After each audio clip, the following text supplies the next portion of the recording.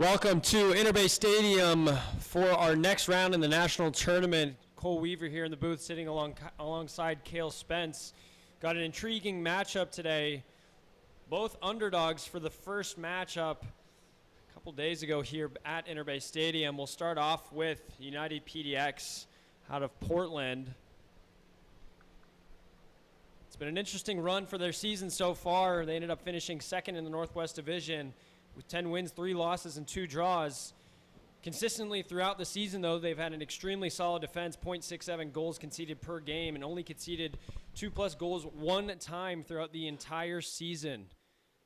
Very much defensive solidarity getting them to this point in the playoff run. Just a quick look back from their Friday match against Almaden FC. It was very much going PDX's way for the majority of the game. Connor Evans, Jackson Finn, and co. providing the attacking threat. And ultimately, throughout the majority of the first half, this was a shot from Loic Bars. Defensive efforts from Matias Herrera, strong throughout the match, but eventually bending, and did break. As we're seeing here, continuously putting the pressure forward. Almaden FC did cause a couple problems and ask a few questions, and namely it was William Verstorff with a couple shots just off frame as well as on target, stinging the hands of Rowan Schnelby. And this shot here that smashed off the post once more from Loic Bars to end the half. It's probably their best opportunity in the first 45, but eventually they knocked on the door enough, and it came through Jackson Finn, the big man up front, and eventually the captain and top goal scorer of the season, Connor Evans, burying it home in the near post. And that lone goal would eventually take them into the next round here today.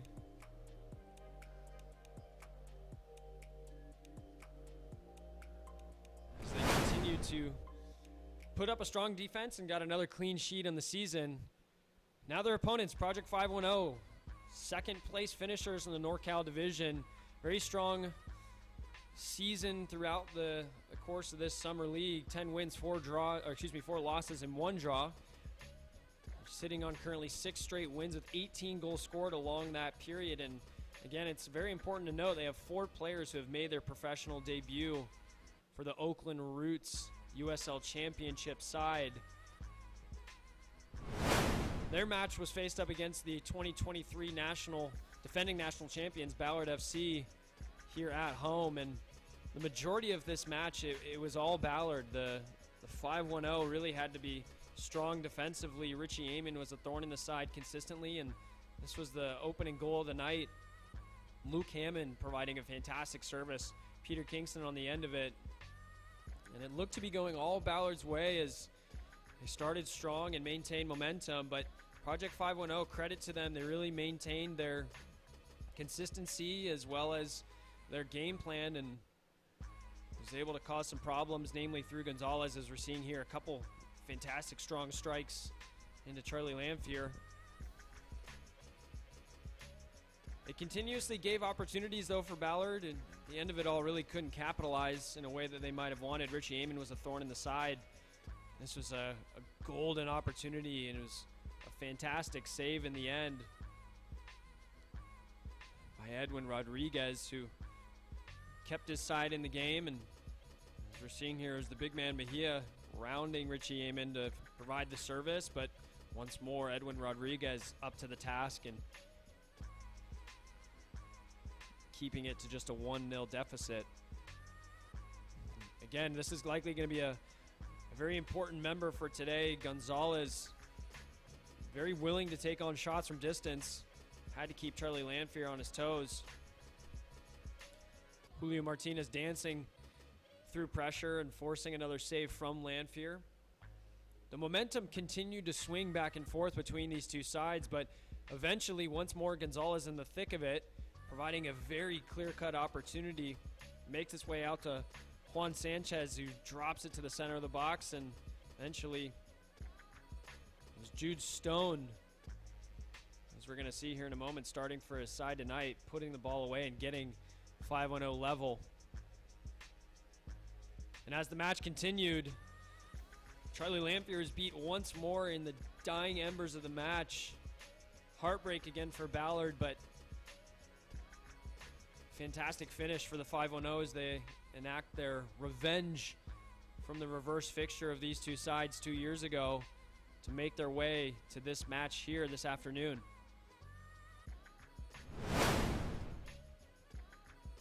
But another extremely difficult task for them, as this United PDX side is so strong defensively and continues to pursue history for their side. This will be an intriguing matchup, Cale. Obviously, we had the pleasure to be in the booth together the other day. What are you expecting to see from this matchup?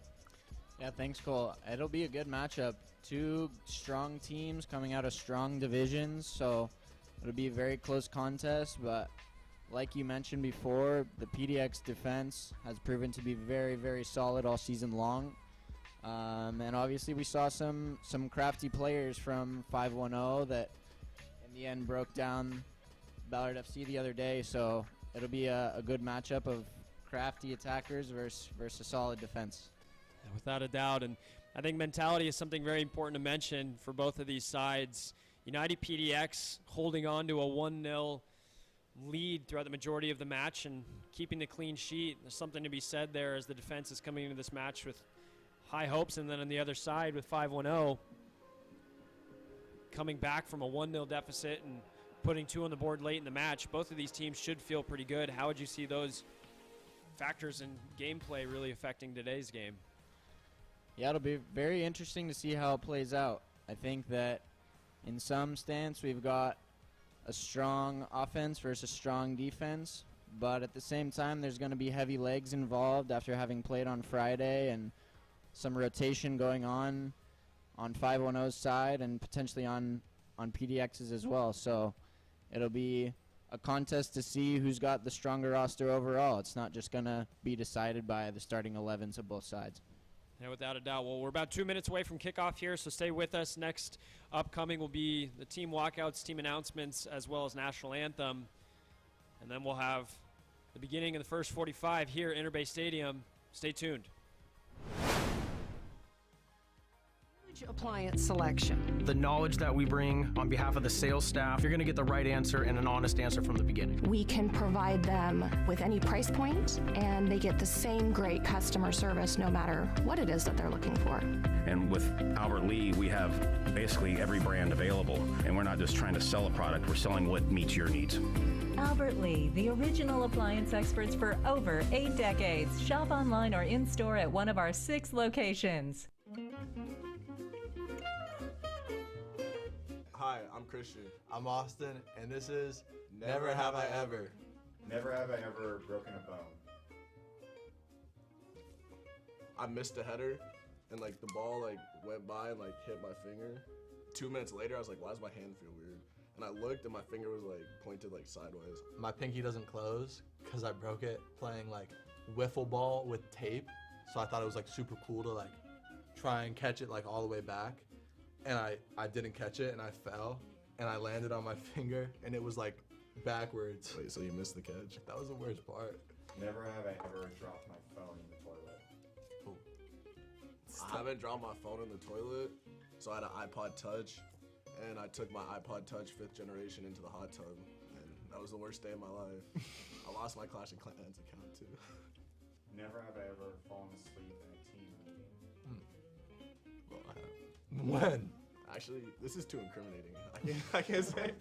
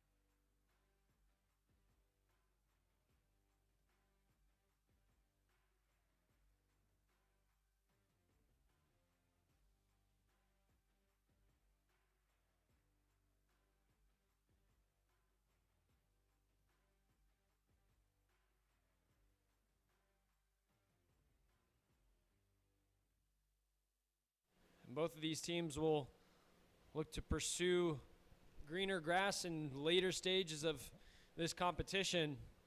Taking a look at both the lineups here,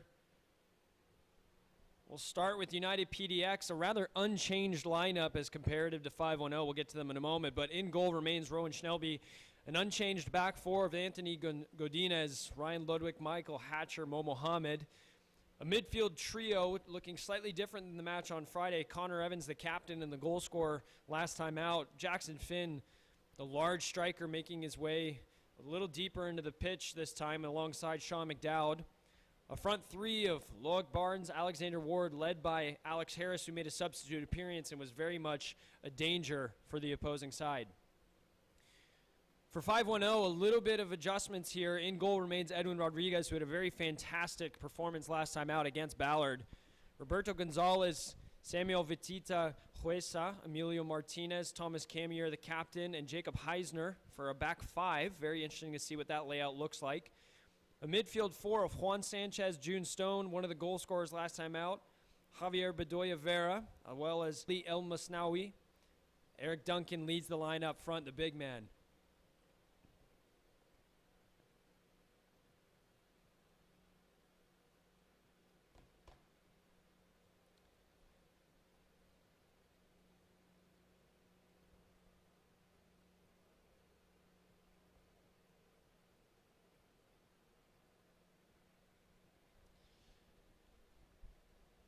PDX head coach Troy Reddy making very little changes to his side and looking to see a similar performance and defensive solidarity. Head coach Zachary Gordon for the 510 making a couple adjustments, whether they're tactical or potentially fitness related, we will see.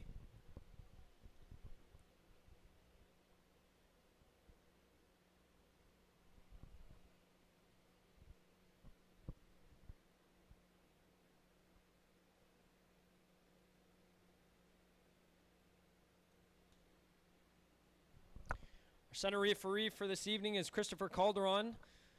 As he checks his watch, checks with his ARs, Kiernan Smith and Aiden Atkins.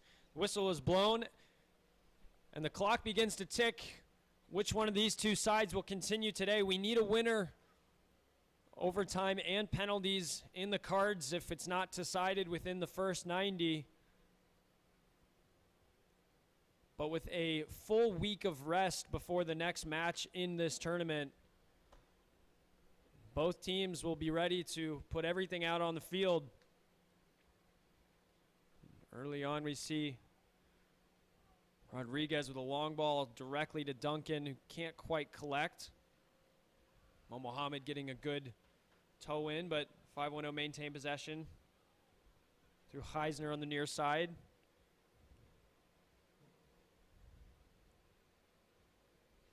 Jude Stone around the outside doing very well with a good cutback, but eventually it's away by Ludwig.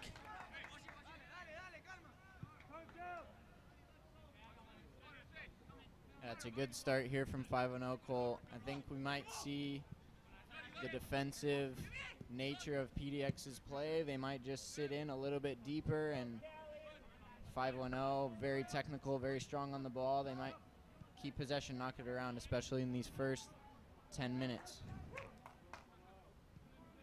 Last time out, United PDX's entire defensive unit highlighting the two center backs of Michael Hatcher and Ryan Ludwig. Those two were solid, putting their body on the line continuously over and over, and eventually got the clean sheet for their side. In my opinion, very well deserved man of the match. Almost now he penalized early in the match.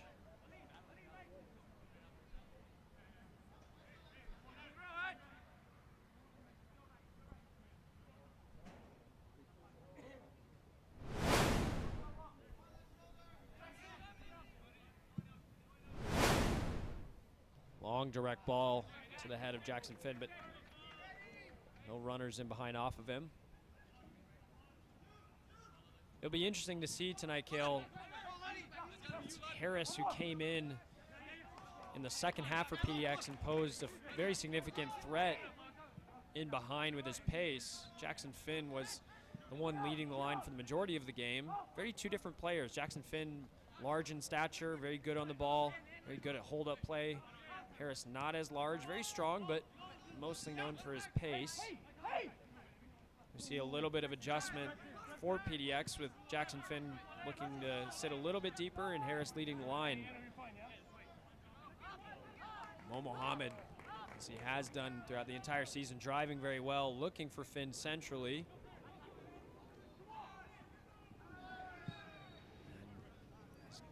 It's Gonzalez who picked up the ball and was fouled. Important to highlight on the other side of the table for the 5-1-0. Gonzalez was a thorn in the side for Ballard FC throughout the entire match, and eventually actually played one of the final through balls as we're seeing here, but miscontrol by Stone. Couldn't bring the ball to touch. Immediately the other way comes Harris. Yeah, very much one to watch. Number 55 on 5-1-0, Gonzalez. As we saw on Friday night, he's got the potential to change the game and provide a spark. So valuable when you have a midfield player that can pick a pass, beat a player on the dribble, as well as fire off a shot from distance. Very versatile. Very much one to watch. PDX load, looks like a long throw from the near side here. Jackson Finn, the immediate target.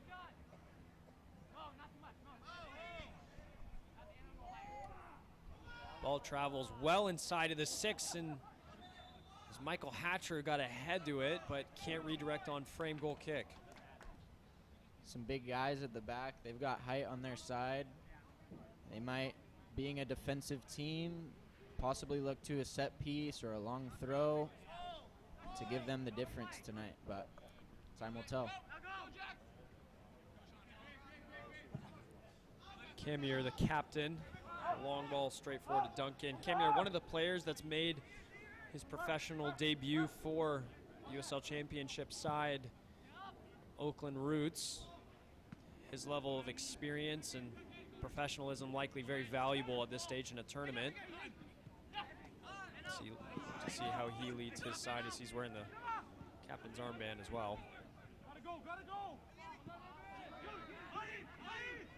Ward couldn't maintain possession. Makes its way to the far side, squared up by Mo Mohammed.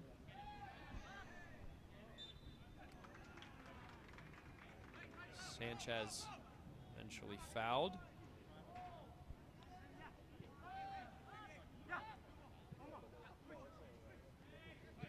Okay, we talked about this on Friday, but the 5-1-0 are so willing to positionally interchange. Coming to my question as a moment, as we're seeing the dynamic Gonzalez drive at the back line and win a foul for his side. Very well done by the crafty midfielder. But back to my question, some of these players that are very willing to move in and out fluidly throughout the entirety of the pitch, from a defensive unit, how difficult does that make your job, knowing that you're always going to have different kinds of matchups, different questions asked? Yeah, extremely difficult. When you've got guys that are able to have different attributes, different abilities, you've got to be constantly communicating. Gonzalez with the strike, and it a little bit tame for his standards, and it bounces in front of Schnebly and makes its way wide. Sorry to rush you there, Care, but eventually with these sides, I think that interchangeability for 5-0 can, we'll see how it pans out. It could very much be an advantage, or it could be a disadvantage as maybe they can't find any consistency. Time will tell. Yeah, right now you're even seeing Gonzalez kind of holding that midfield in front of the back four, but at other times you're going to see Bedoya sitting in front of the back four and dictating the play. He's a good player, keep the rhythm going for 5-0.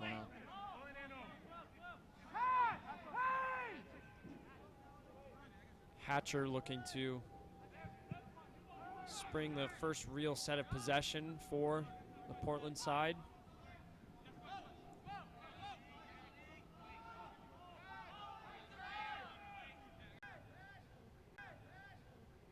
Yeah, he's doing very well. He can just navigate in those tight pockets very well. Get things going for Project 5-1-0.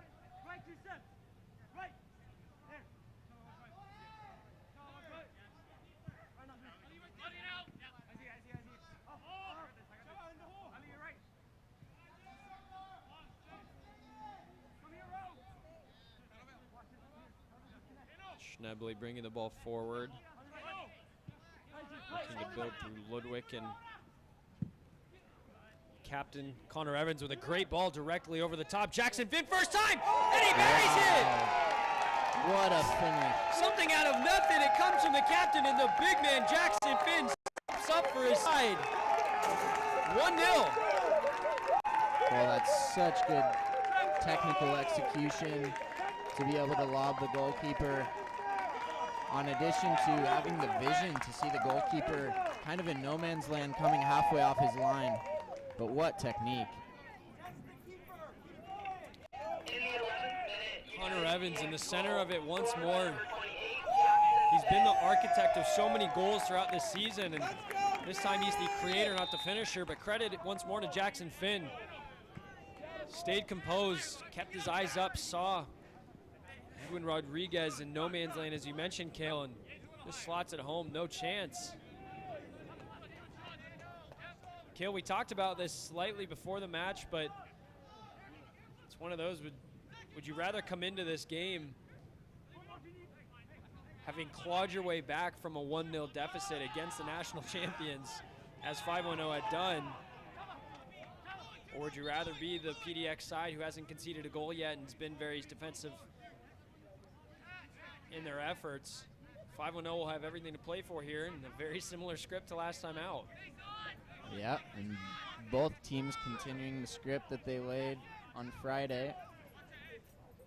So both will be confident that maybe they can employ a similar game plan, PDX holding out a lead, or 5-1-0 being able to come back into the game.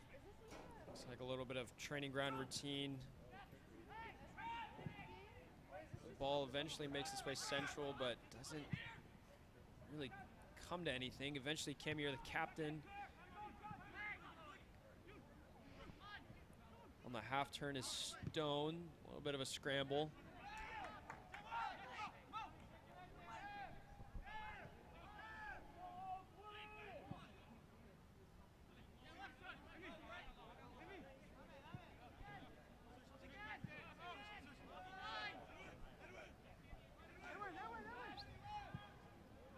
Long ball from Rodriguez, doesn't find a teammate.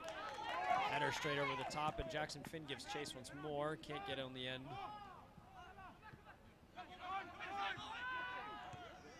Ping pong in the air, and no team can really maintain possession. Eventually, the calm Gonzalez does.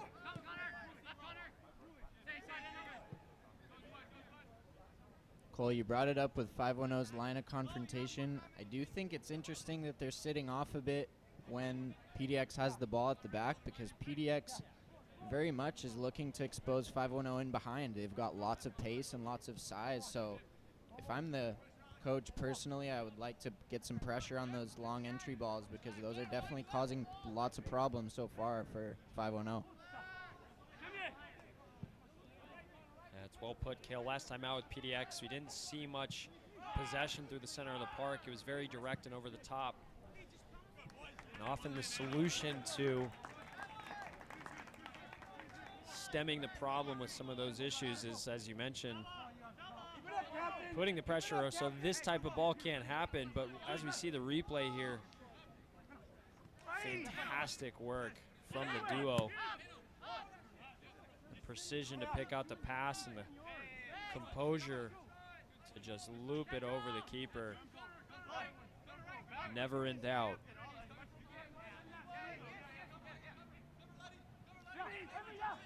But the 5-1-0 have been here before. They've been punched in the face, and they've got up and dealt a knockout blow of their own against none other, Kale, than the 2023 national champions. That has to boast for their confidence in a game like this. Long ball into the near post.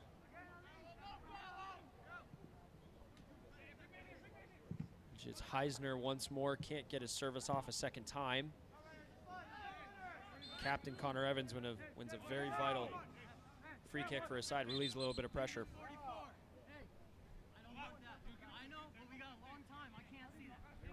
Yeah, I would be surprised if we see 5-1-0 panicking early. They've done it before. like you said, against the national champions, a very good team in Ballard FC. And they've got plenty of composed players that back themselves offensively, so they might think they'll just be just fine and continue in the way they're going, but they do need to get it going here.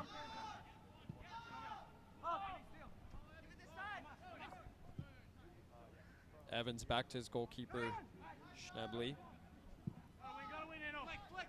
Chipped ball to the near side and contested against Godinez, but throw in for the 5-1-0.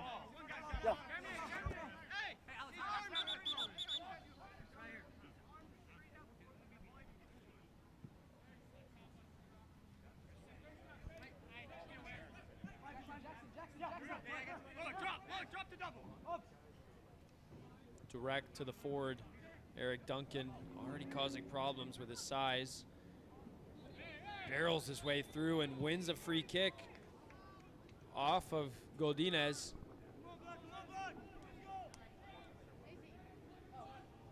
Pleading his innocence, but as we well know, Kale, referee's mind's made up. Time to go get set. This was a dangerous position here. Just on the corner of the 18. Looks like Schnebly has set up his line even with the wall, which in my opinion is the correct decision. Connor Evans is so important here. Anything near needs to be cleared away as it skips over him. It's Ludwig, very strong. Foul was given somewhere in the middle of that. Take no credit away from Ryan Ludwig,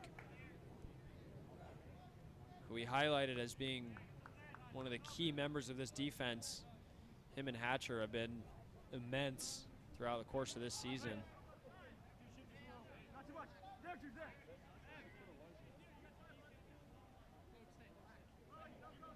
Here is Ludwig.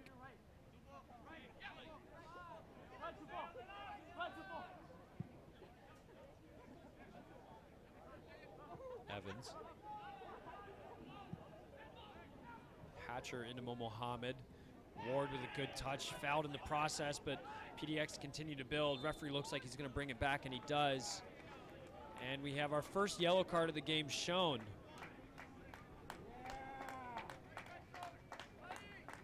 I believe that's Samuel Vilata Huesa, who was put in the book early.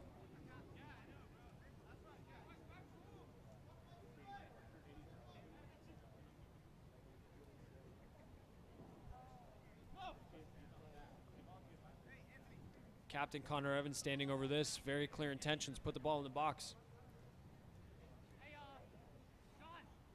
And again, Kale, I just don't like where this line is set. It's almost inside of the 18. This pressure is going to be right on top of goalkeeper Edwin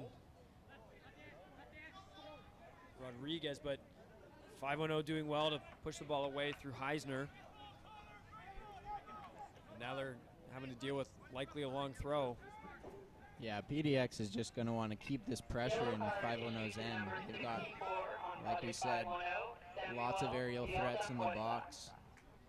They just want to keep that ball in the danger area and cause some problems. Driven ball straight into the center. Seconds won by 5-0. Effort by the captain Evans, but sails harmlessly over the top.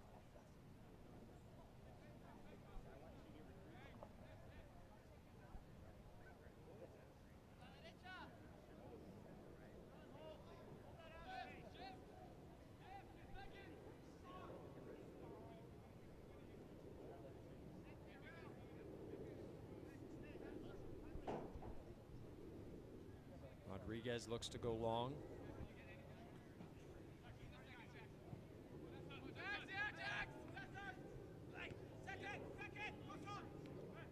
Omasnawi winning the original challenge against Jackson Finn, and 5-0 look to build through their back line.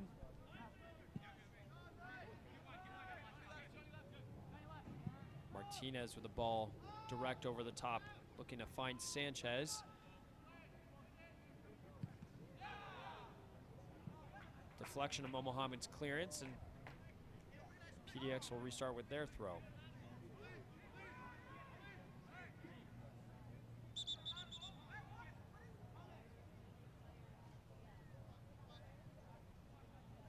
Yeah, PDX doing a good job managing the game well. You never want to concede a goal just after you've scored one. They say it's a time when the opposition can hit back quickly, so getting through that 10-minute period will be very key for them today, and they're doing well. And the cliche statement of when goals are scored, first and last 5 minutes of every half, as well as 5 minutes after, conceding themselves, but a great service in.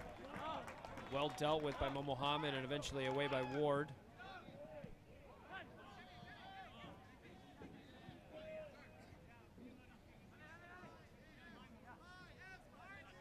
Gonzalez picks up in a deep lying position. Casually out to Martinez.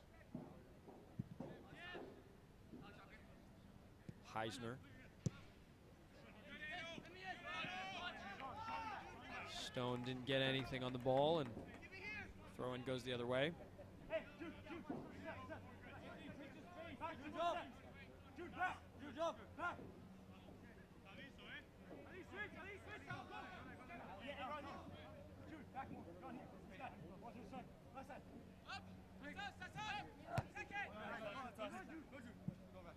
Winner of this match will be facing the winner of the FC Tucson and Ventura County Fusion match. It's happening simultaneously. A very intriguing Ventura County Fusion usually gets to this point in the tournament. Ballard FC having a couple face-offs with them. Some other familiar names throughout the brackets: Flint City Bucks, Lionsbridge FC, Little Rock Rangers. Plenty of teams thinking that their name should be engraved on the trophy later this season.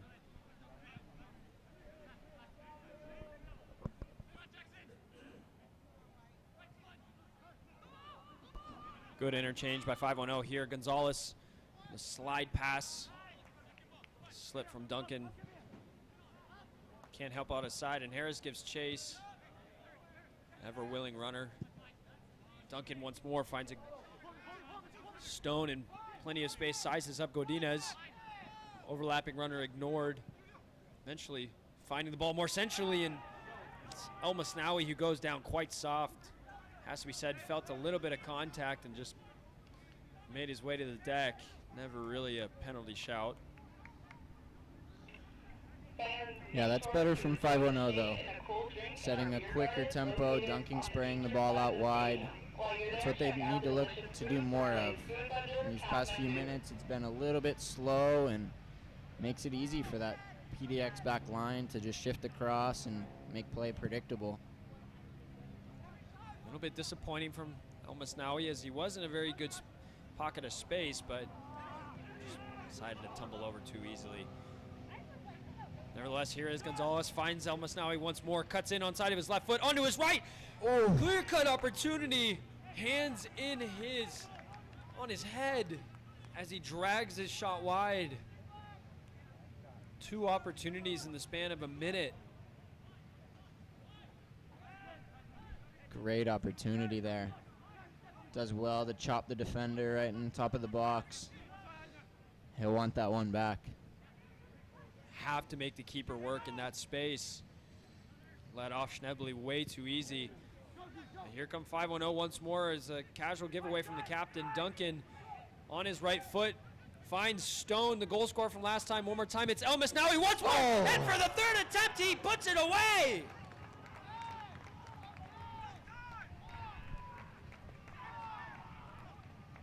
Wow. Ali El Masnawi.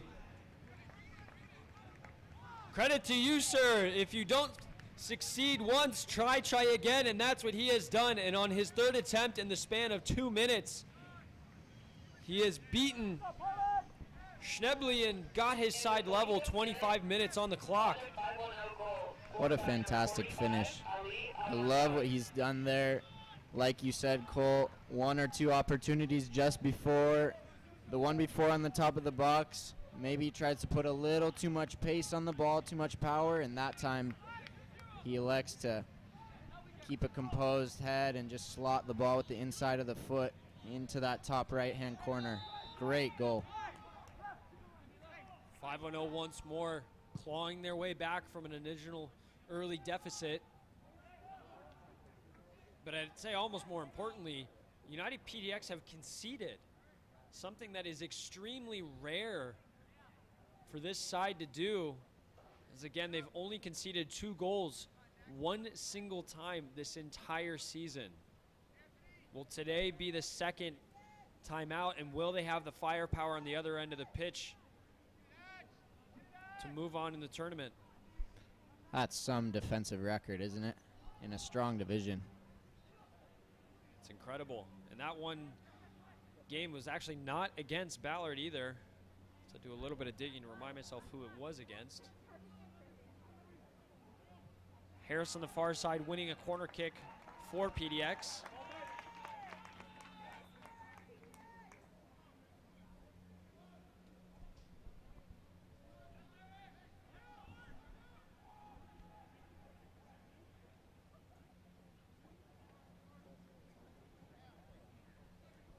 Looking like a little bit of training ground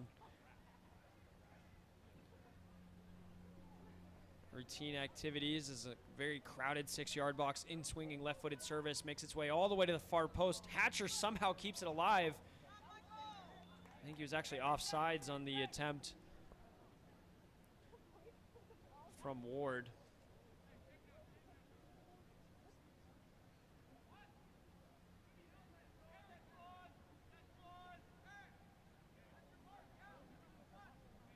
Get back to you with that statistic. It was against Capital earlier in July. It was the other match that PDX had conceded 2. They ended up winning that match 3-2. So in that instance, when they needed to score, they did. See if history will potentially repeat itself in a match of much greater consequence.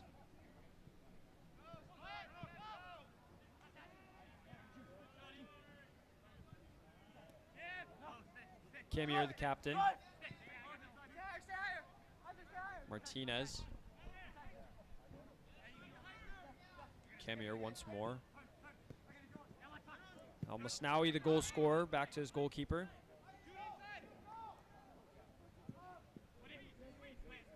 Edwin very direct, and Heisner doing well, combining with Stone. Heavy touch from Al-Masnawi, and United PDX will look to break. It's Ward, it's in behind here. Rides a challenge, maintains possession, but the referee will bring it back. Second yellow card of the match shown. Or, excuse me, he was just taking out the spray. I think if it was another yellow card, it would have been actually a different color, as it was Vilata Jueza who was seen the first yellow and conceded the foul on the top of the box for PDX. Yeah, Vilata Jueza maybe slightly unlucky there. Not a whole ton of contact, but I'll give it to the referee and credit him because the offensive player didn't go down, but shouldn't mean that you only call free kicks when the players go down. So very true. He did his best to keep the play alive, but his hard work is rewarded here. And you'd have to imagine this is a goal-scoring opportunity as Connor Evans stands over the ball along with Loic Bars. It is Bars, and he drives it over the top. Comes to nothing. Seems like he was trying to pick out that far corner with the technique, hitting it with that much pace, but just slightly caught the underside of the ball. Yeah, those are the chances where it's almost too close. The wall will do too good of a job, and you have to work your way around it. He couldn't get it up and down in time. Loose giveaway from Gonzalez. Bars picks up and finds Harris. Pacey forward, the clipped ball in. Referee immediately waves away any sort of penalty allegations, but uncharacteristic from Gonzalez in the center of the park to lose possession. The pressure builds. It'll be Bars to take the throw on the far side, and very clear once more what the intention is. These are essentially the same as a corner. Hatcher, the target, wins the seconds. Eventually, more pinball in the air, makes his way to Rodriguez, who will look to play quick and does, scuffs his clearance. Hatcher picks up the pieces. Looks to combine with Bars, can't quite do so.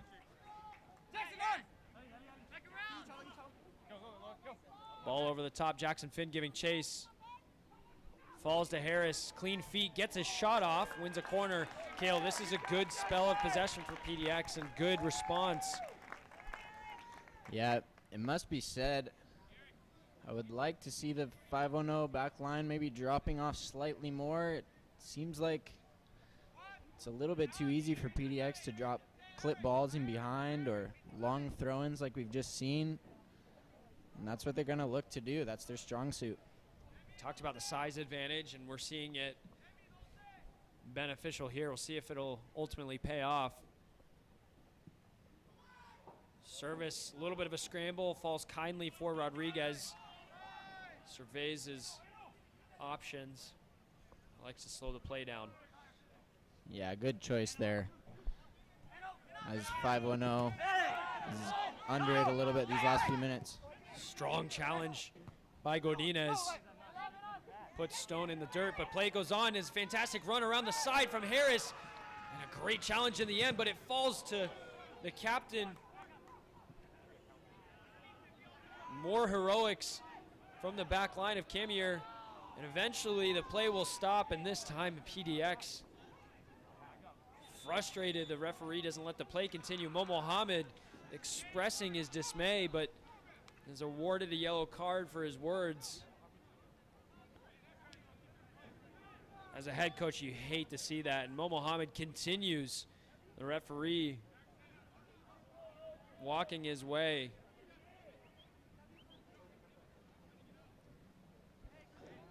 Needs to stay careful here, as his words have already earned him a spot in the book. The continuation of his words Yellow card issued to number 21. might get him sent off, but it looks like quick handshake and play continues. That's silly though, isn't it, Kale? It's not what you want to see from your right back, who's likely going to be exposed 1v1 throughout this match, and not ideal having him sitting on a yellow walking the tightrope.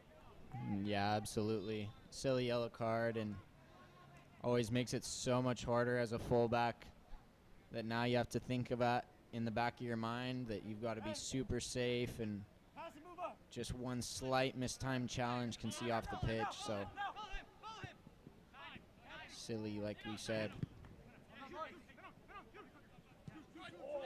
Strong challenge. Godinez doing his defensive work high up the pitch and continues his run and finds a service.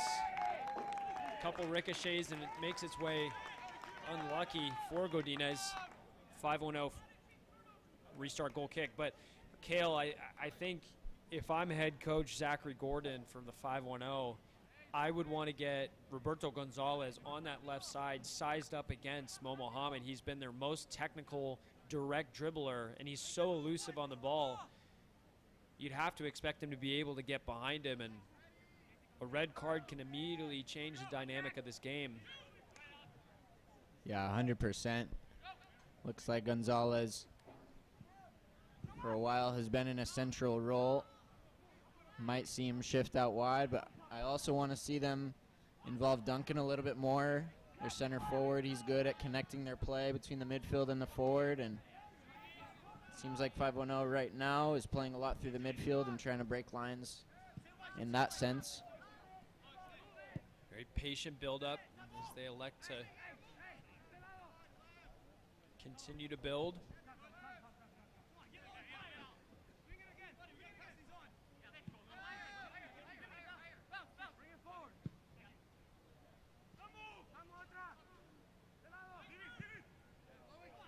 Bedoya Vera. Infield to Stone. Makes its way back to Bedoya Vera.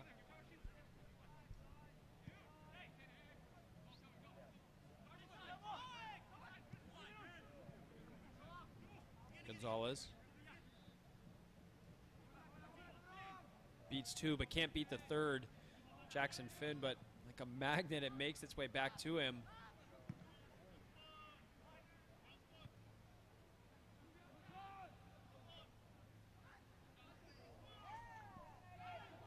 Swing and a miss from Martinez, and Ward drives forward, eventually bundled over and wins a free kick.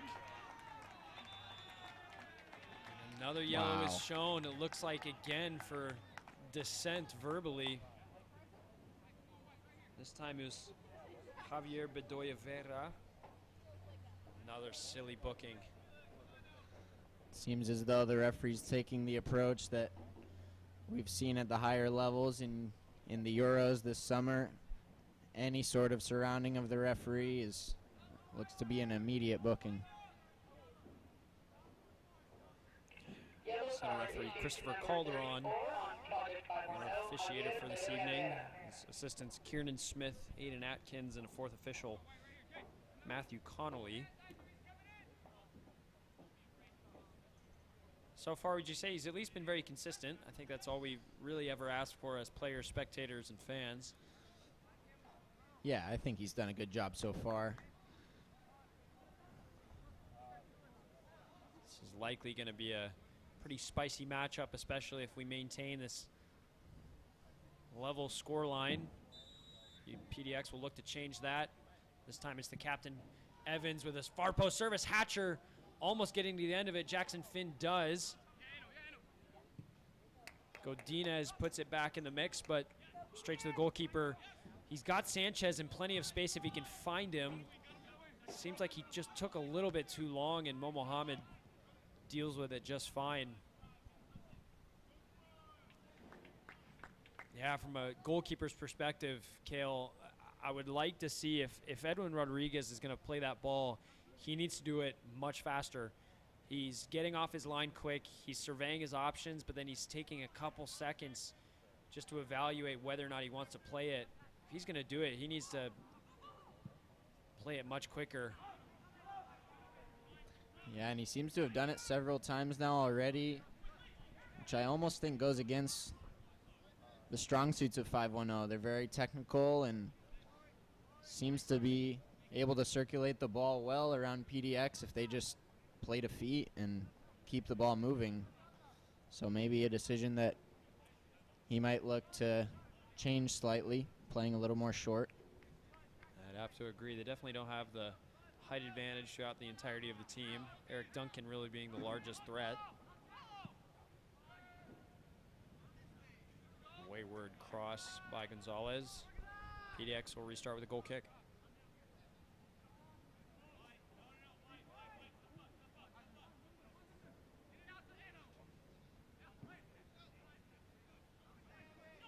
Hatcher likes to go long, and Ward's underneath it. The ball will be brought back. I think it was Hatcher just put under a little bit too much pressure by Eric Duncan.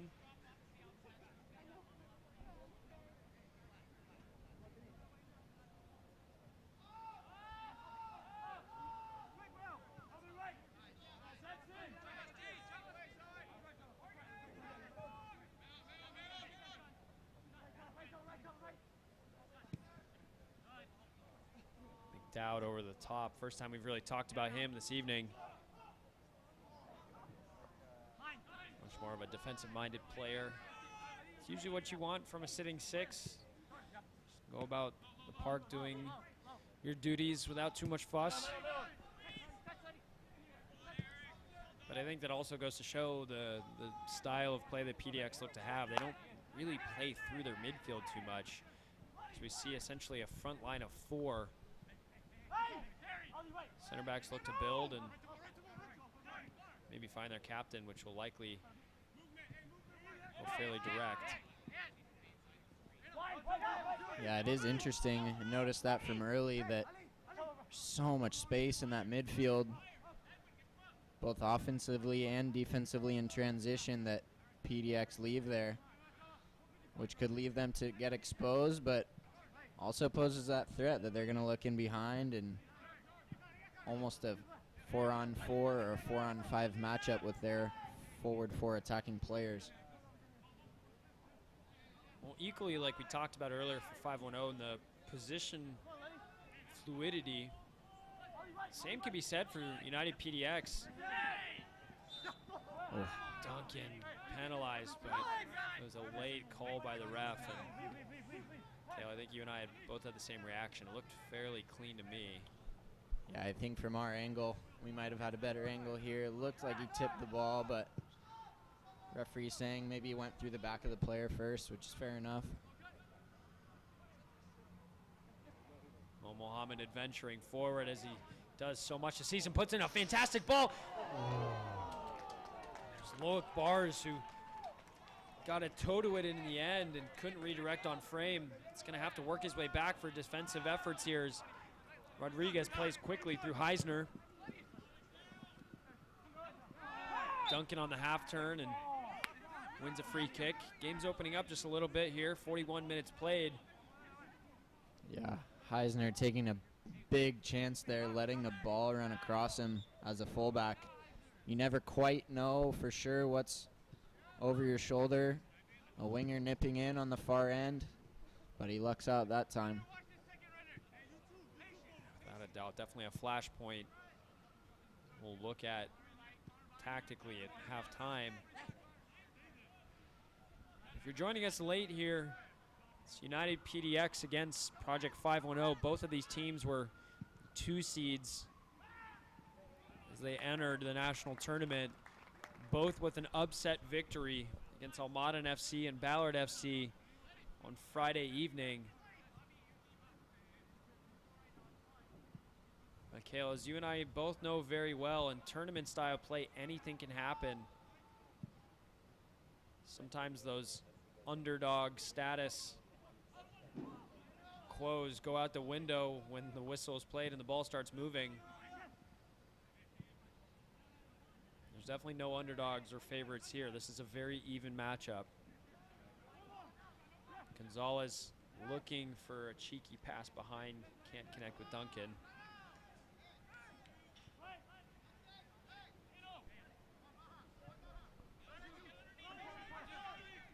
Godinez back to his center back Ludwig.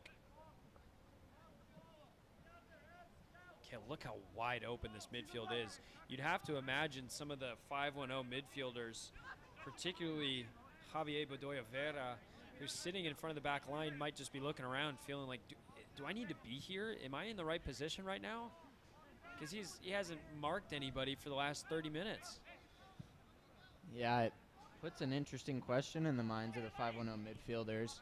I think Bedoya is doing a good job just looking around and scanning all the time, and he'll look to cut off service to feet for the forwards, but it's not that often that those PDX players are coming short for the ball to feet. They often go in behind. As we saw here, a long ball from Michael Hatcher. There's Loic Bars, who won the initial challenge, penalized with Heisner after the fact, and now another opportunity before halftime. Kale, I'd be very interested to see where this back line is set from Edwin Rodriguez and co. It looks like it's going to be just inside the 18, and I keep bringing this up, but it's such a pet peeve of mine. Whenever you have a low-lying confront, it looks like it's right on the 18 here, but it's inviting so much pressure. Rodriguez is going to need to be strong off his line to challenge in that half space behind. Otherwise, very likely for a PDX player to get onto it first. Look at all this space in the near side. Yeah. Very well won by Camier, the captain. Sanchez fighting with Godinez, but Godinez comes away the best.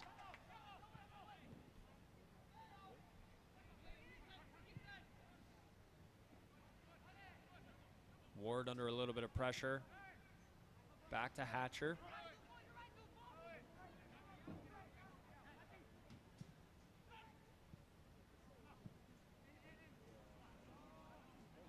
Referee lets the play continue through a couple strong challenges.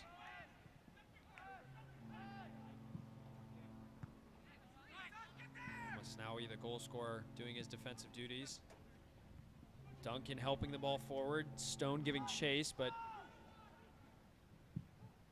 Ludwig and Schnebly combination eventually away. Harris, plenty of pace to push him behind, but good tackle. Camier, lucky the rebound didn't go Harris's way. Yeah, he reads the game well. Camier is tracking runners in behind well. Obviously one or two that have got in behind the back line in these first 45 minutes, but on the plays in front of him, he's doing a very good job. 2 added minutes here. We're already 1 minute deep into stoppage time. Kayla, it almost feels like both of these teams are happy to go into the half 1-1 and reset with some tactical adjustments. We'll see if maybe there's some late drama. Sanchez looking to dance through a couple challenges. Bedoya Vera comes in field. Gonzalez with a no-look pass. In field, Stone. Couple step overs to the target. Duncan back to Stone. This is good build. Left-footed strike, but tame in the end. Easy save by Schnebly, but that's what 510 can do to you. They've got plenty of crafty players on the ball, more than willing to drive direct.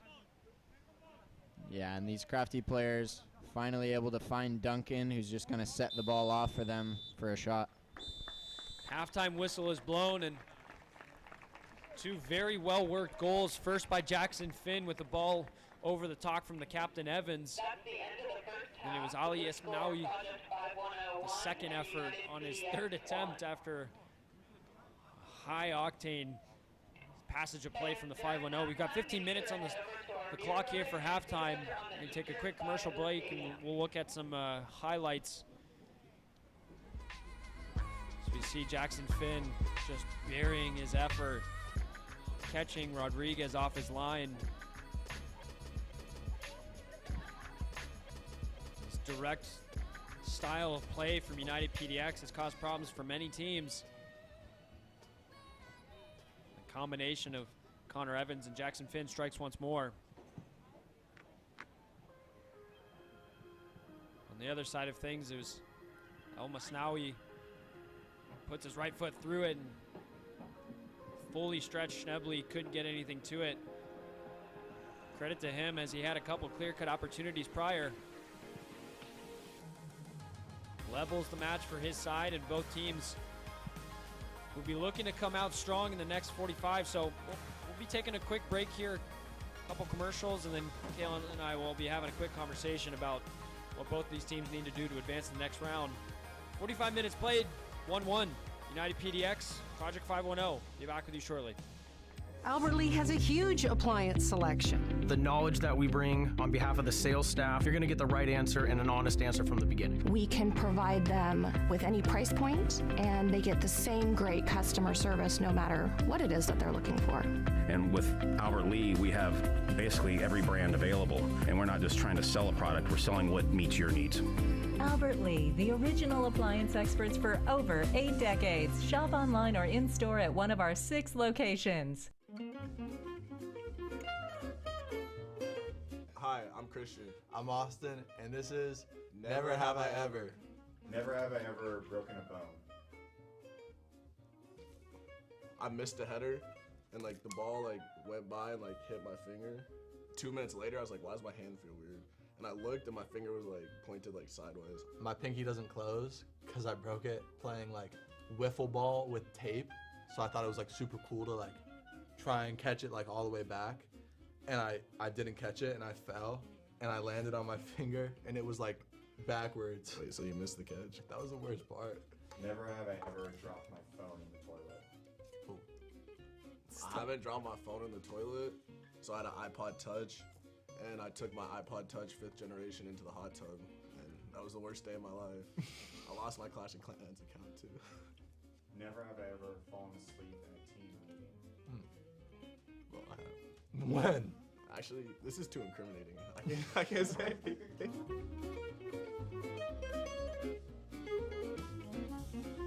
Christian will not sit in the front row. This dude sits in the front row like this. Yeah, really? Oh! I'm a student of the game.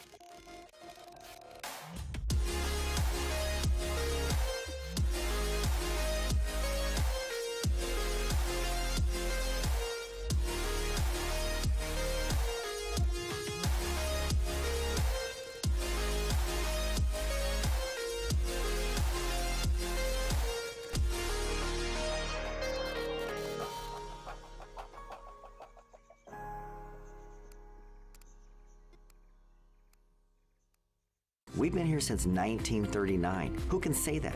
We're the oldest appliance company in the state of Washington. We do a better job than anybody out there, and we just have to go out and prove it every day.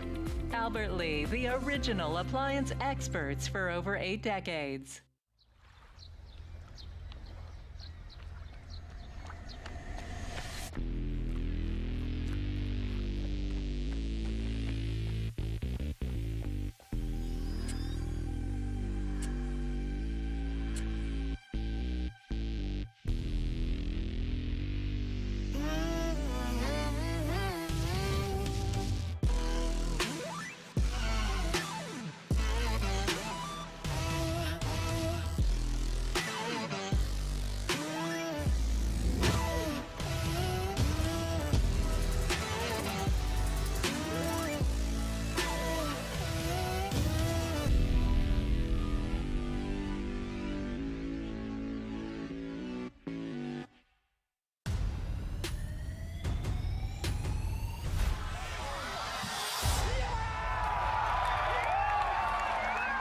On the far side of the field.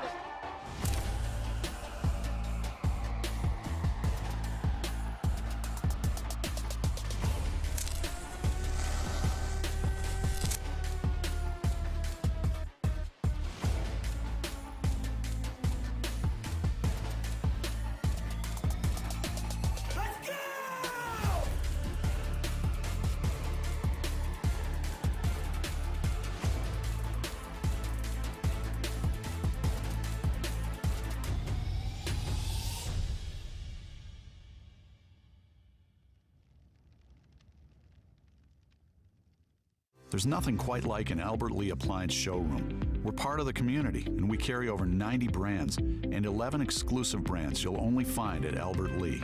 We're the most beautiful showrooms in the area. We've got the best salespeople, and yet we're still one of the best price points in the industry.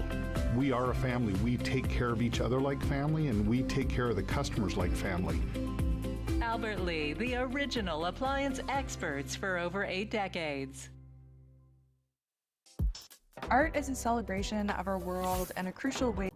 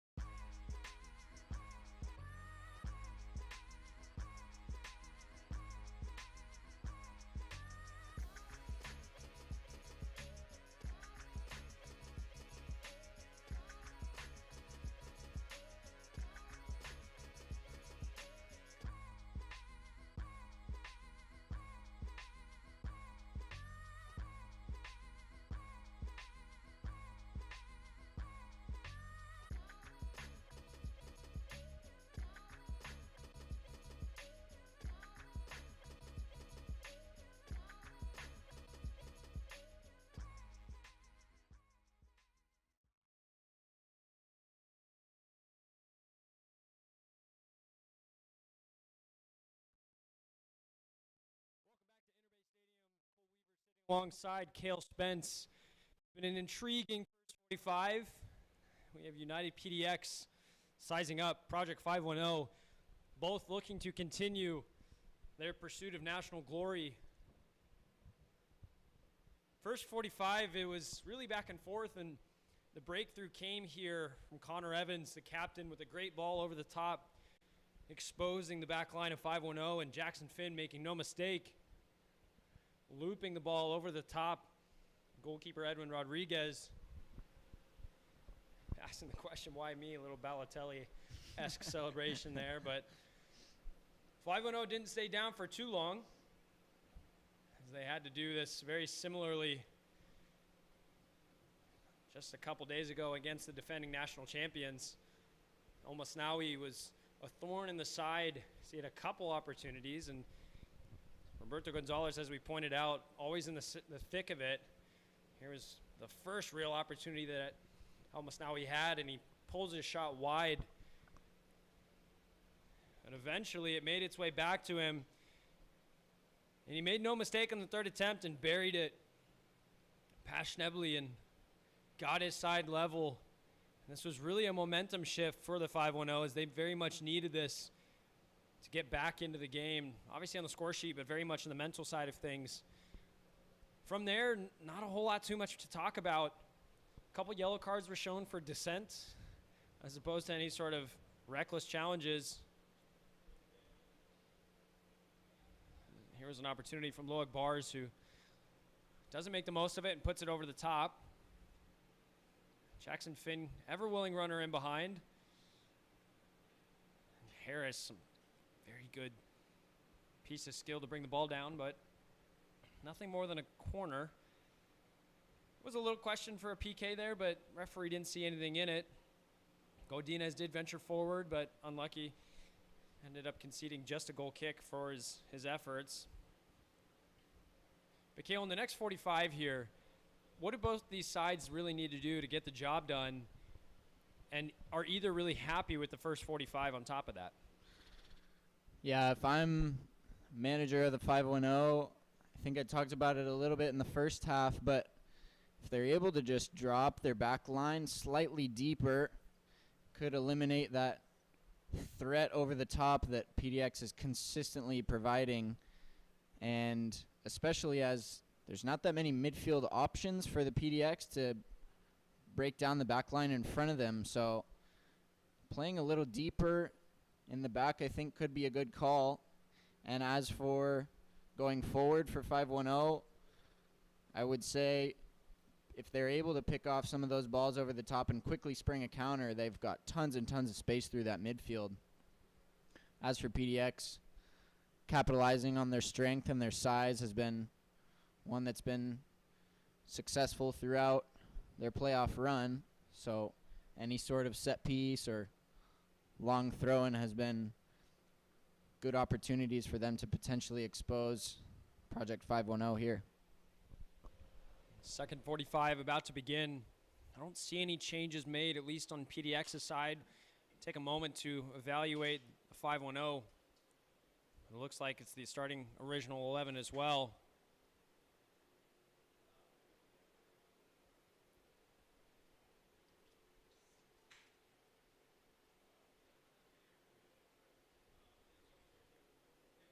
.45 with everything to play for. Dreams to keep the season alive, very much in the balance between each one of these sides. As each one of these teams look to make their way to the Western Conference Finals. Will today be an opportunity to build more memories and more history, or will be a day of regret, missed opportunities as well. All to play for here at Interbay Stadium. Immediately, PDX looking to impose themselves in possession.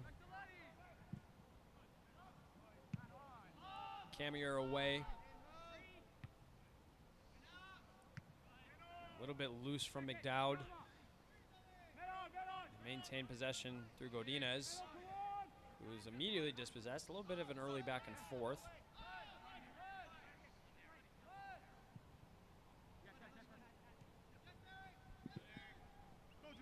Mo Mohammed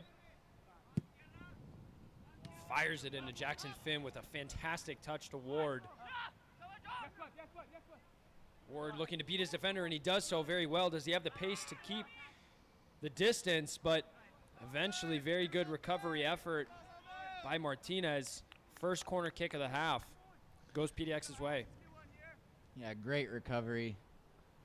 Attacker there gets a step on Martinez, but he's able to slide across and brilliantly block that cross into the box there.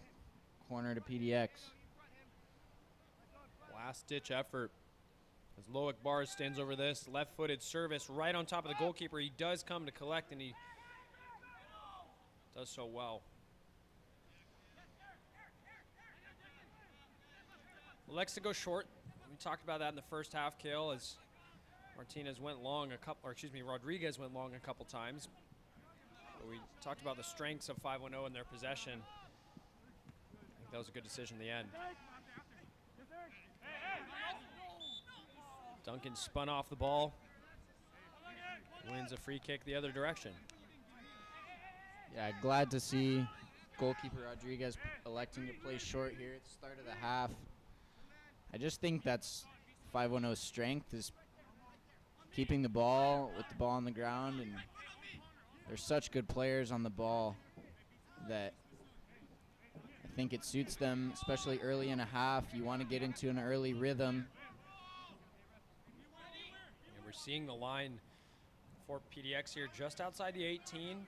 Very central location for Gonzalez. Difficult to really create an opportunity, but he does. Duncan gets his way in, but a good save in the end from Schnebly, who takes a hit for his efforts and remains down. Play is stopped.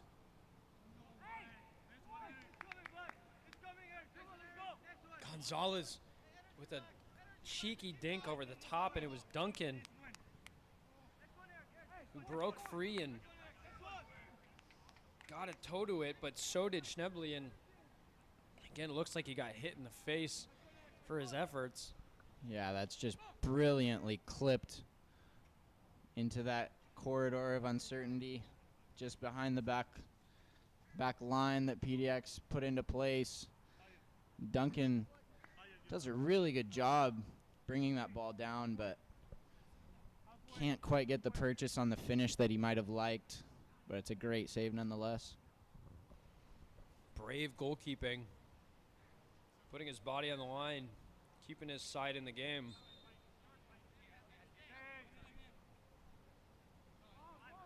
Good to see Schnebly doing okay, and play restarts.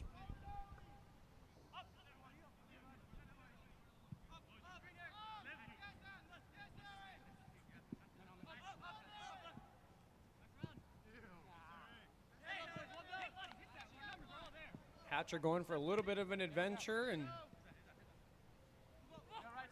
loose giveaway. Project 510 building the other way.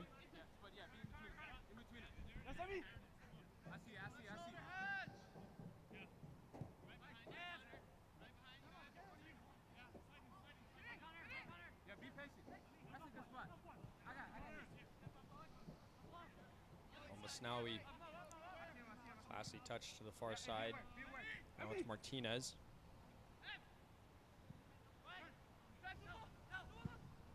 Gonzalez on the half turn, but can't find his way through Mo Mohammed.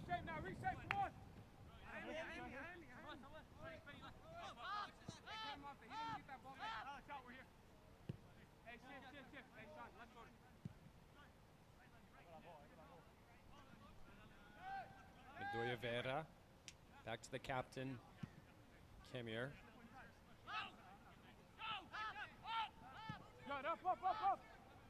Yeah, Almasnawi for me in this sort of scenario, a very key player.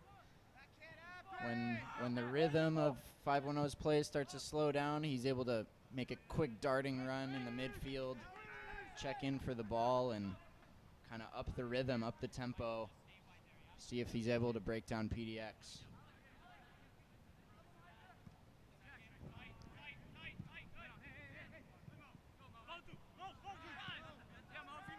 Mohammed with plenty of space in front of him, looking to exploit for pace. And he does so, riding a challenge and the free kick awarded. Now this is a very good position for a service as we see the center backs make their way forward. Personally, I'm a little bit surprised not to see Loic Bars take this free kick. Instead, it's the captain, Connor Evans. Particularly just the flight path of the ball. We're going to have a right-footed out-swinging service away from the goalkeeper, Edwin Rodriguez, whereas a left-footed service, these are the ones that you can see. If nobody touches it, it can make its way to the back of the net. But Connor Evans it is. Bounces once and twice, and now it's a little bit of a question, and Harris seems like he was in between two minds. Ended up going with the inside of his boot instead of putting his laces through it. Skies it in the end. Yeah, dangerous anytime you letting the ball bounce in your own 18, especially with that many players in the box. Can cause sort of a pinball effect in the box, so just about escape that on that occasion.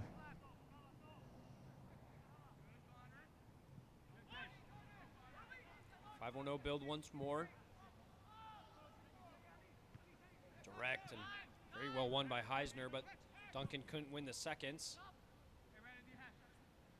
Jackson Finn manages to keep it in on the far side, but heavy touch, and he does it once more. Loic Bars drives to the byline, finds Harris, but it's through his legs. Can't sort his feet out. Space here now.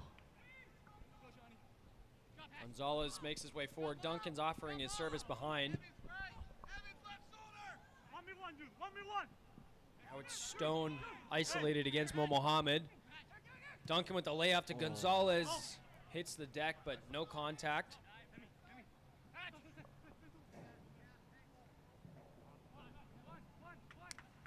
Absolutely no pressure on the ball.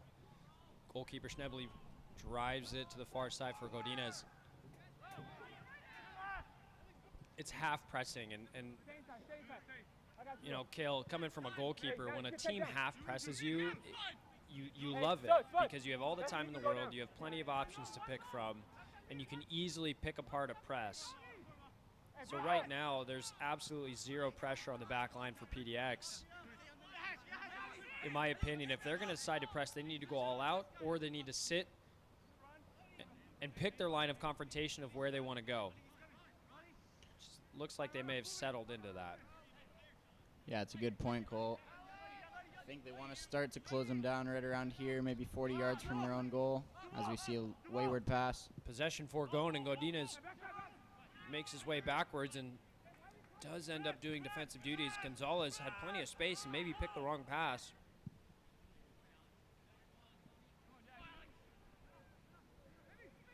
Calm from Martinez. And a very good touch from Gonzalez. And here comes the goal scorer driving the back line. Duncan makes his way to the far post. Stone driving infield, right foot. He's got an opportunity to shoot, doesn't elect to take it. Heisner on the far side recycles once more through Stone. Patient. Sanchez gets a shot off. Full stretch save in the end by Schnebley. Two hands, safe. Cole, just look at the threat. I mean, when 510 picks up the ball, they're able to just drive into that space 30, 40 yards in the midfield without any sort of pressure. You gotta say it's a bit dangerous on PDX's end, but they are looking to throw numbers forward and expose the 510 back line as they're doing now. Ward's such a strong runner, but good defensive work. Ward gets there first, but fairly, says center referee.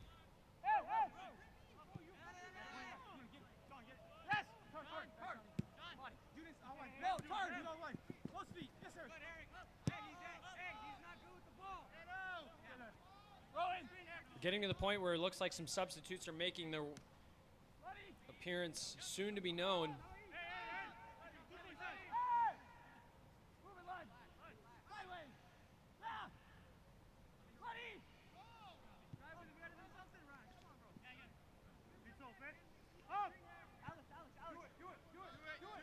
will be interesting to see who 510 takes off here. We saw the other night taking off forward Duncan. Was a little surprised to see that in a game that they were chasing, but who knows on a night that we're deadlocked at 60 minutes in. Definitely plenty of firepower. Question is it the right personnel for the right type of match? This back line of PDX has been so solid, both aerially and on the ground. It'll take a very crafty pass to beat them, and Gonzalez might be the one to do so, but here comes Mohamed. Jackson Finn, good bounce pass. Can Ward keep it in play? He can't. A little bit too fast behind the play. We'll have a moment in break here for the substitutes. Looks like it's the goal scorer, El Masnawi, making his way off along with Sanchez. And in addition, Samuel Vitia Huesa. Oncoming is Cam Wilkerson, Julio Martinez.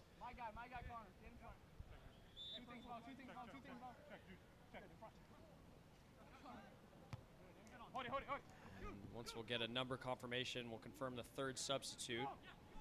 For now, it's Gonzalez immediately over the top for Duncan, who did not come off in this spell, and immediately rewarding his coach for that decision. Driving in the back line, but strong Michael Hatcher.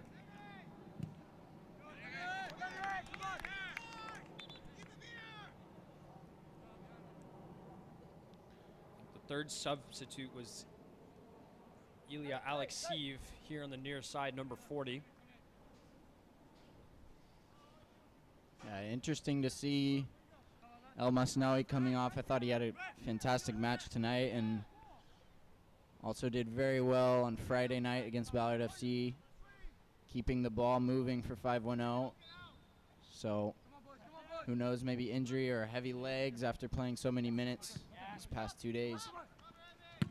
And Alexeyev was definitely one of the players that was exploited by Ballard FC, particularly Richie Amon. Wayward pass by Jackson Finn, uncharacteristic for him. Heisner comes away with it through Wilkerson. But Alexeyev, who we're seeing on the ball right now, more of an attacking fullback and definitely will create some opportunities, but a couple times was isolated through the Ballard FC match and bested by the pacey Richie Amon. Now, Ward, who's on the field, his direct opposition, not the fastest winger, but he's definitely a strong runner. We'll see if maybe he's able to cope with the pace a little bit better. Good play. I love that. Hey, beyond 48 now. Good. Stay in between. Hey, Connor, 48. In the 57th minute, Martinez and Camier exchanging passes a couple times. Number 64, Samuel Villafuesta. Cut out well by Godinez. Second touch brings it down, but the third can't find Ward. Here is Alexeyev. Strong burst of pace. Infield, but once more, Michael Hatcher with the interception.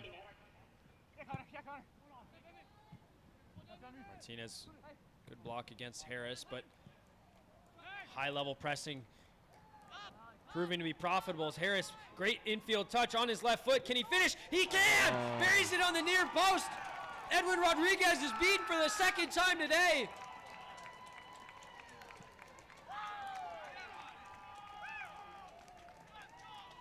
And this time it's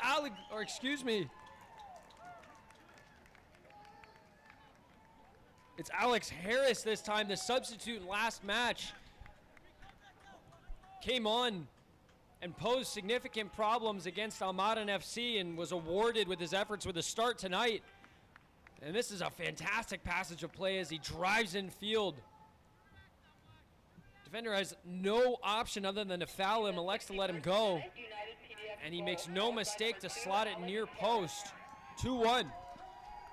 Well, it's just that pace again that's been such a problem for 510 and other oppositions all season long, and makes no mistake on the finish. Goalkeeper maybe slightly further towards the far post than he would have liked, leaving that gap on the open front post. And Alex Harris picks his head up, says, "Yep, thank you very much." Makes no mistake. Great finish and a great run. It was Javier Bedoya Vera who is doing the defensive duties, who we see on the ball now, but I have to point it out because I just mentioned it. Alex Sieve, who was on his near side here, he vacated his position a moment ago to do some adventuring in the opposing half. Didn't make his way back and was punished for it. Very good goal from PDX, well deserving. Yeah, Cole, I was wondering if Bedoya was gonna end up fouling Harris, just because there was absolutely no cover on that whole entire side of the field. You'd think if he recognized that was the case, taking a yellow card is not the worst punishment in the world when a goal is the other option. But of course, easier said after the play is all said and done than in the moment. And now 5-1-0. Need to recover again. Gonzalez with the ball all the way through, hands in the air, just asking the question, why is nobody getting on the end of it? 5-0 have clawed their way back from 2 deficits in 2 days. Can they do it a third time?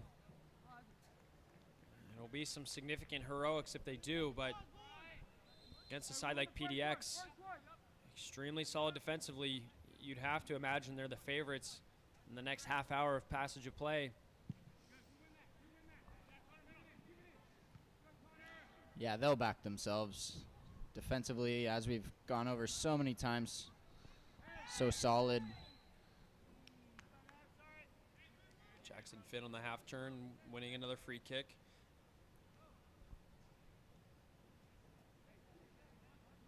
And if anybody's familiar with Red Zone Witching Hour, Kale, I think we've entered the Dark Arts half hour. Here they come. Look to see time bleed off the clock from a PDX point of view. Service infield, Jackson Finn, a large target. Well done, McDowd, to keep that ball alive, and a loose pass, should say, attempted service from Mo Mohammed. We're going to look to see 5-0 increase the pace of play as now they're chasing the game once more. But as you mentioned, Kale, they're likely to back themselves. They've been here a couple times already, and they've already proven their ability to craft clear-cut opportunities. I think the real question is, will they be able to take them when those opportunities present themselves? Alex Sieve, a loose pass, and Ward doing well, and Wilkerson committing the foul.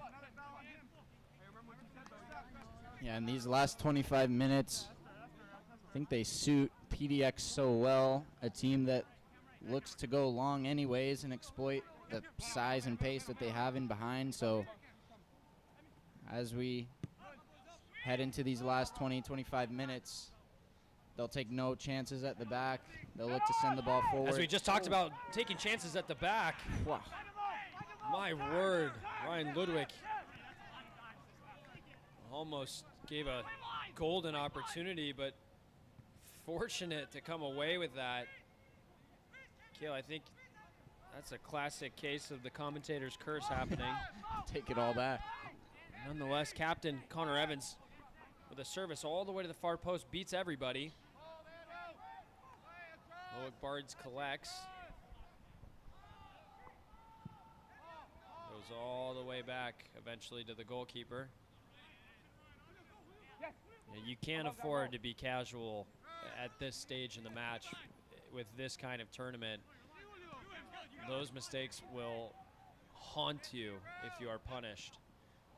Mohammed doing great work, and Ward gets tripped up. The referee says no foul. It was Martinez who made the initial challenge. Looks like it was just a slip, which put him to the deck, which eventually tripped up Ward. Yeah. That's a hard one to give as a ref. I think eventually it was correct decision. But Ward was definitely impacted by the stumbling Martinez. Yeah, it's a tricky one. He wins the ball at the first attempt, and then forward ends up getting it back and trips over the player. Definitely impeded, but what are you going to do? You win the first challenge, and then you're just on the ground. I think the referee probably got it right.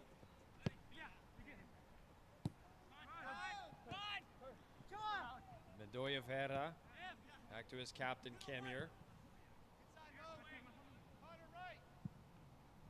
Heisner with a direct ball looking for Julio Martinez. Gonzalez faking a long option, but Wilkerson with some fancy feet in the box and tumbles over. The referee doesn't even look at it twice. Harris challenging, doing well, and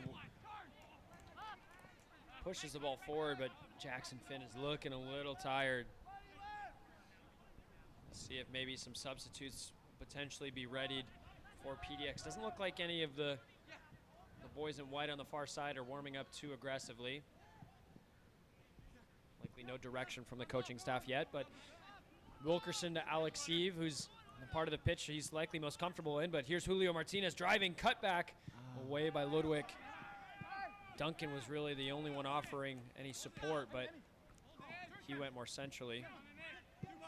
Jackson Finn just took a strong shot to the face by Martinez. Just off camera here. Gonzalez, another well-picked out pass. Alexiv with acres of space in front of him. Can't pick out a ball. That's a wasted opportunity, Kale. Alexiv had so much time and space.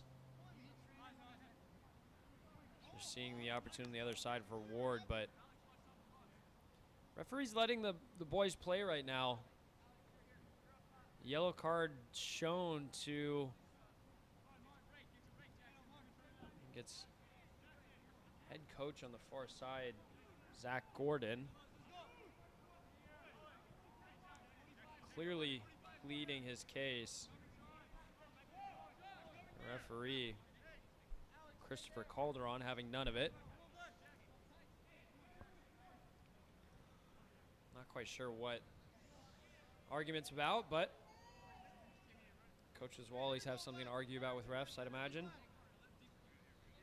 Yeah, I would imagine the foul on the top of the box is what he wants, but yeah, last 20 minutes here to save your season. Tempers are high. Gonzalez with an effort, straight down the throat of Schnebley.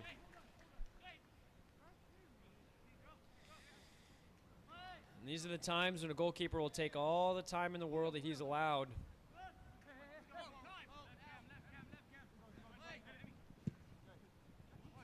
And another direct ball.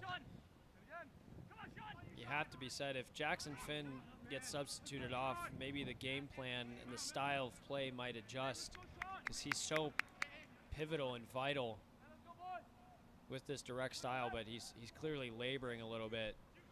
Played a lot of heavy minutes on Friday, and he's played a lot of heavy minutes today already. Yeah, out of our picture here. Hands on knees. Definitely a bit tired. It's a tough job, continuously running in behind over and over and over again in physical battles. As we see him but he's winning so important. the initial header here. Loic Bards helps it forward once more by Harris. Have to be careful. Martinez does enough. Excuse me, Rodriguez does enough. Wilkerson back to Alexiv, and 5-1-0 will look to reset.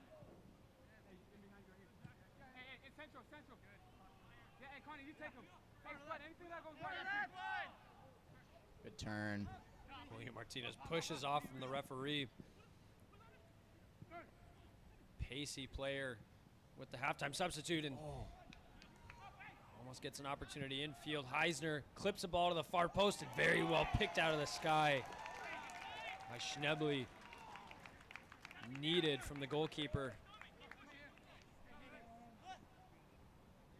And fakes the distribution to Mo Mohammed. Elects to go through Ludwig.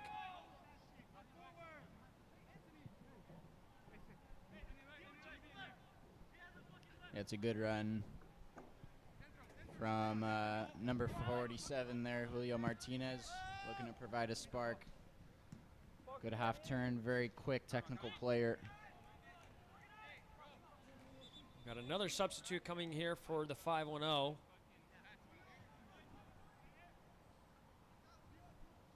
Coming off is Jude Stone, one of the goal scorers last time out against Ballard.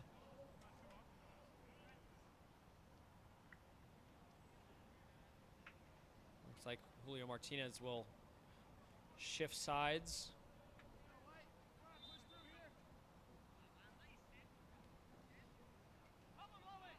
And it's Derek Rolke, who last time out was very dangerous against Ballard. There's likely a thought process of fitness that kept him on the bench, but he's here to contribute at an extremely important time in their season. Yeah, and he looked a quality player on Friday night. I would imagine fresh legs here. He could be a difference maker. Okay, gives chase, but always was second favorite to win.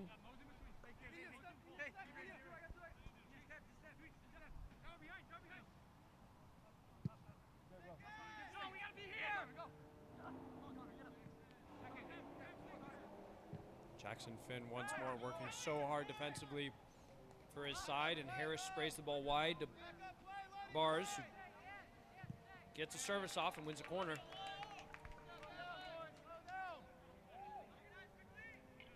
In the 72nd minute, Project 510 made one substitution. Out, number 53, Jude Stone. In, number 71. Interesting, Hatcher doesn't know if he should stay or if he should go. Quite the aerial threat, but when you're 2-1 up, you don't want to take too many chances on the counter. Yeah, they're playing with fire here, leaving just two at the back, and it's Ward who offers up his defensive services. Two rise, and there's Ludwig and Harris together. Now we're going to have some substitutes for the boys in white.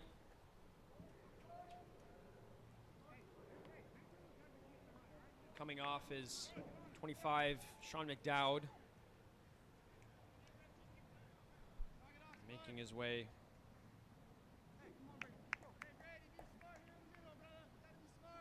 onto the pitch is Donovan McClellan. The other individual making way is number 24, Ward.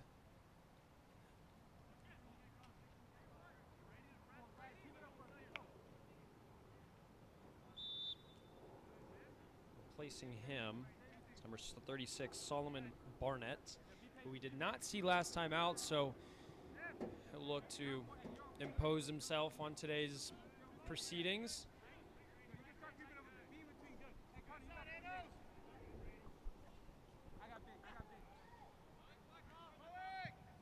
Potentially just looking for some fresh legs in the midfield. Ward had put in a lot of hard minutes. He's one of those laboring, but Jackson Finn remains on as we see him winning a header on the far side of the pitch now.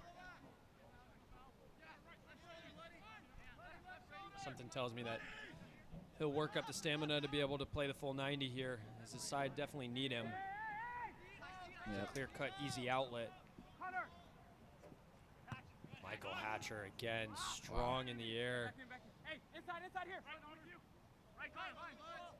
Back in. Hey, back there. He's back there. Two substitutions. Out, number 25, Sean McDowd. Out, number 24, Alexander Ward. Camier. In, number 17, Donovan McClellan. Driven ball in behind. Heisner unable to get on the end of it. Once more, it's Ludwig.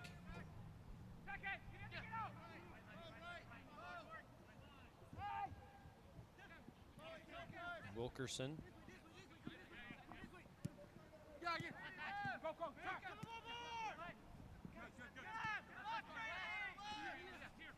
Alex Sieve with the service, looking for Duncan, who wins the header. can't redirect on frame, and Ryan Ludwig took a shot there. He was battered and bruised Friday's game.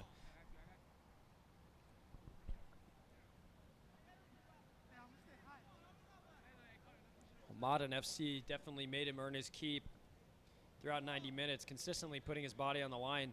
Couple more substitutes here, 4-5-1-0. This is the time when they have to really throw everything at it.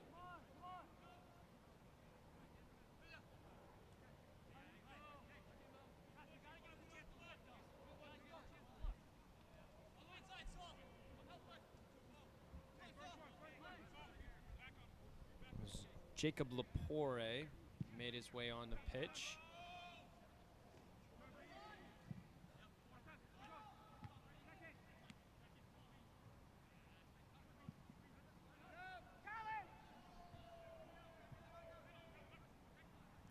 Yeah, Cole, they'll look to make some changes with these subs. I said it before.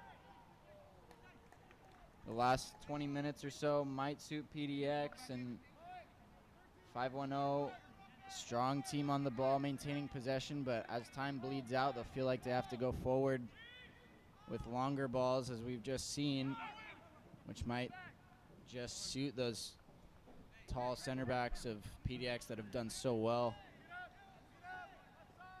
It was Ulysses Esquivel, who also made his way out of the pitch and ultimately pushing forward Jacob Heisner in more of an attacking role. Project 510 made 2 substitutions. All the substitutes have been made for the 510, so this is the 11 that will decide their season. 78 minutes played so far. PDX the better of the two. Alex Sieve looked like he picked the ball up on the field, but play happened so quickly the center referee let it continue. Riding a challenge, Julio Martinez on Hatcher, but Jackson Finn is in acres of space. The keeper's out of his box once more.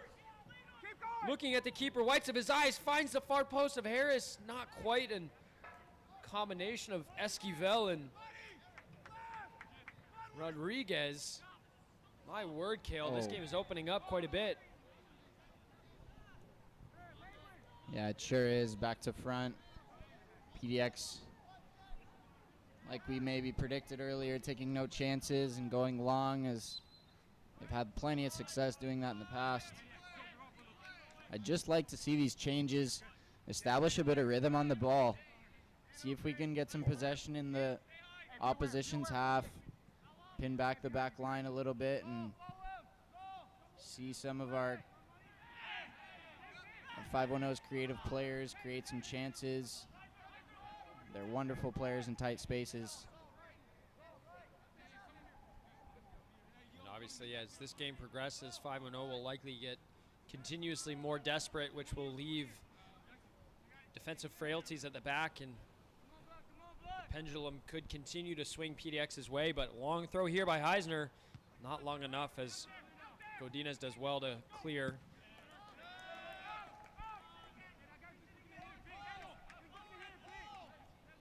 Esquivel with plenty of time, as no PDX players are really rushing to press, more maintaining their defensive block.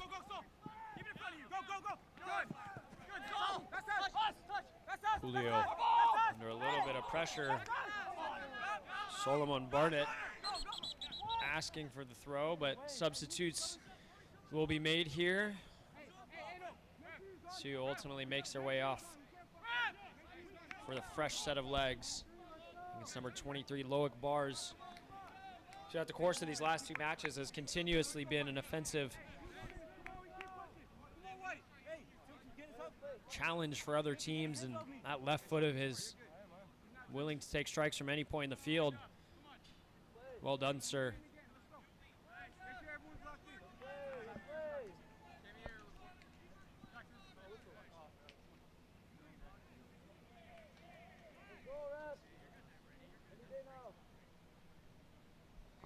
Looks like it was Ulysses Esquivel in the middle of that, received a yellow card, likely for dissent.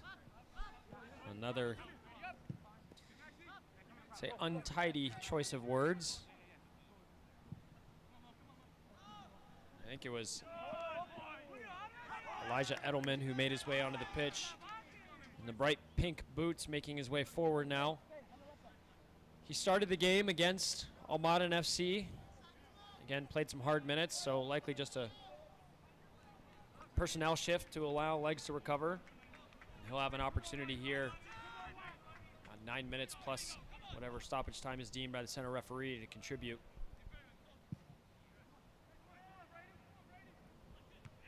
Strong header won by Heisner. Duncan gives chase. In the 81st minute, United PDX made one substitution. Out, number 23, Felix Bars. In, number 7, Elijah Edelman. Alex Eve assessing his options. Doesn't quite see much, so elects to recycle. Esquivel back to his captain. Cycle to the near side of Alex Eve.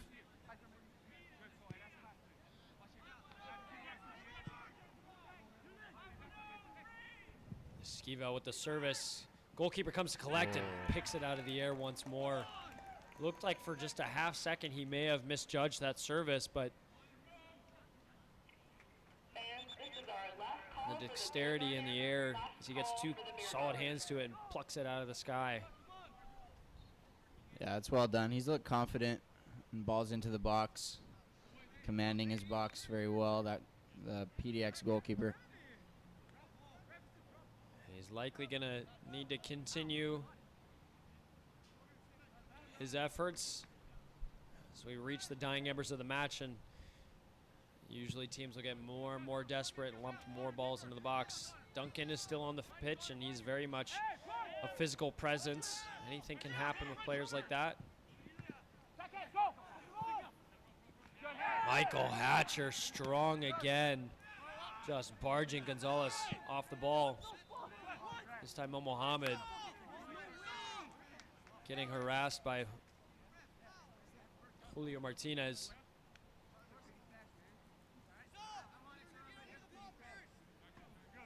That center back pairing, Michael Hatcher and Ryan Ludwig, those two have been so solid. And you have to imagine they're feeling some of the bumps and bruises that they've endured throughout the last 180 minutes of play the past 2 days. But they've got 6 minutes and some change where it will all be worth it as they'll continue to challenge for the Western Conference Finals. Elijah Edelman picks up the ball in a very opportune space, and it's an early shot taken by Jackson Finn, but straight into the hands of Edwin Rodriguez. His entire team is on the other side of the pitch, and he'll launch it forward, but always favoring Michael Hatcher. Lazy by Eric Duncan as he essentially gives precious seconds away to PDX, and Schnebley will take all the time in the world that he's allowed here.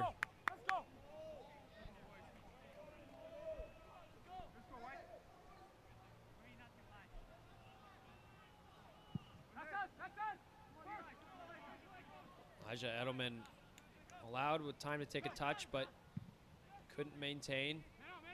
Ludwig and Duncan give chase, and Duncan cuts inside, and Duncan, and he buries it! What a take! Again, 5-1-0 in the dying embers of a game have clawed their way back. 2-2 with 85 minutes on the clock. Kale, this game's not done yet. Oh my goodness. How good is that take? He's just chopped the defender. And what a cool, composed finish from Duncan into the far corner. I asked earlier to see if 5-1-0 can get him a little more involved in the game, and my word, this team just never gives up. What an involvement, 86 minutes in. They don't know how to stop. They were faced up against two center backs that refused continuously throughout this season to be beaten. And in that instance, Ryan Ludwig just didn't have the legs to keep up with Eric Duncan. Not only did he maintain possession, but he was calm enough to chop it back onto his weaker left foot and calmly slotted home. Such a huge goal for this side. Kale, I'm having flashbacks to the Ballard game. Yeah. Anybody that's tuning in here, I'm sorry, but Kale and I are born and bred Ballard. We're still hurt by that loss, but credit to 510 for continually pursuing and pushing and playing the game that they know how to play. Can they turn this around once more? Yeah, it's truly impressive. I mean, you travel all that way and play a long, hard-fought game, chasing the game for so long against Ballard. They break away again. Here's Roque, and manages to get a toe away. Here comes Duncan. He's got an overlapping Gonzalez. And, oh, wrong decision made, in my opinion. He goes for the smallest man on the pitch aerially when he had Roberto Gonzalez just to his right, who's been a danger man all season. Chance goes beckoning. PDX have fashioned quite a few chances their own. Can they maybe pick something late in this game? But Gonzalez once more drives. Oh. He had Roque on the far side, but didn't elect to use him. Kale, this game has opened up. These substitutes are going to be so vital, as it looks like the original starting players are starting to lose their fitness. They may want to plug their ears if they can hear me say this. If this game remains 2-2 within the next 3 minutes plus stoppage, we will have another half hour of play ahead of us, plus potential penalty kicks. Yeah, it's shaping up so nicely. It's a great run again by Gonzalez. I think he wanted to slip the player on the far side in behind, but just took a little too long on the ball. Edelman and Jackson Finn had connected there, but wasn't able to turn it into anything clear-cut.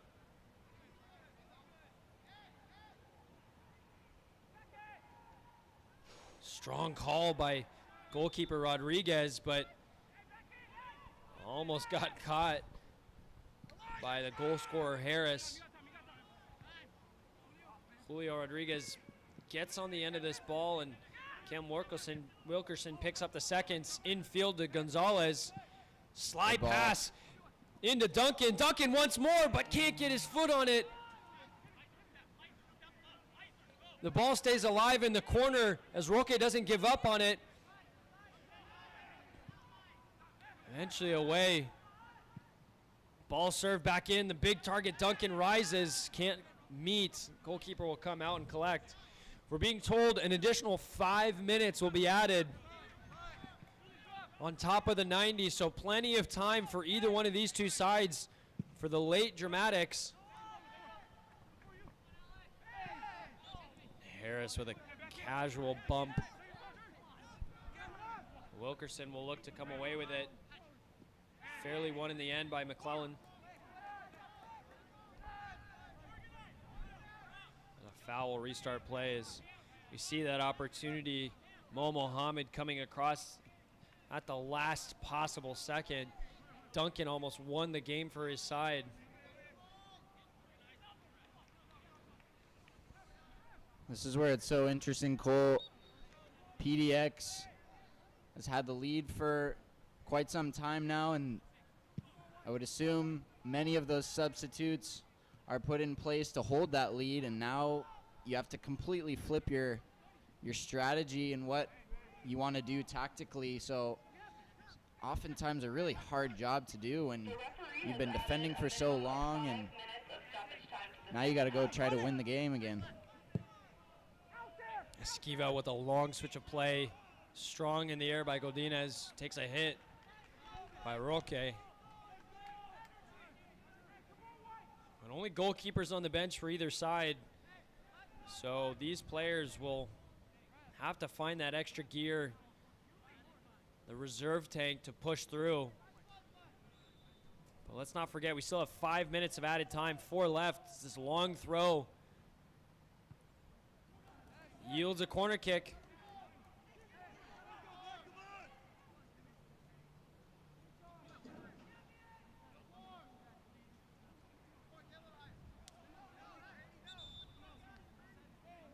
Can 510 perform the impossible 2 matches in a row? They've gone down in this match twice. But more importantly, twice have they recovered and fought back. Can they do it a third time to put themselves ahead in this match for the first time? Gonzalez with the service in, away by Ludwig. Another corner is coming.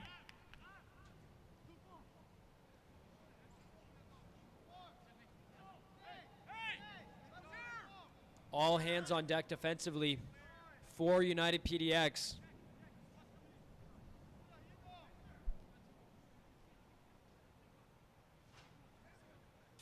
Gonzalez once more drives it into a similar area. This time skips all the way through. It's Esquivel giving chase, but Barnett gives way, and Harris comes. Oh, he had the chance. If it weren't for Edwin Rodriguez, who was well off his line, and good thing he was, because otherwise Alex Harris would have had plenty of time and space to go bearing down on goal. Here's the captain, Connor Evans, fighting away.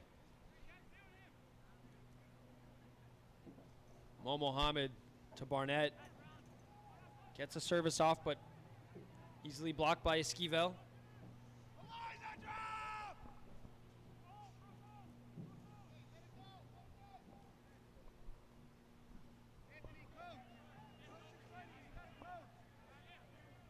Throw in taken deep, and 510's have. Played short to Julio Rodriguez, who turns away well from pressure. Can't find Gonzalez. Now 510 will have to soak up some pressure here through Barnett, but great work by Esquivel to get a toe in.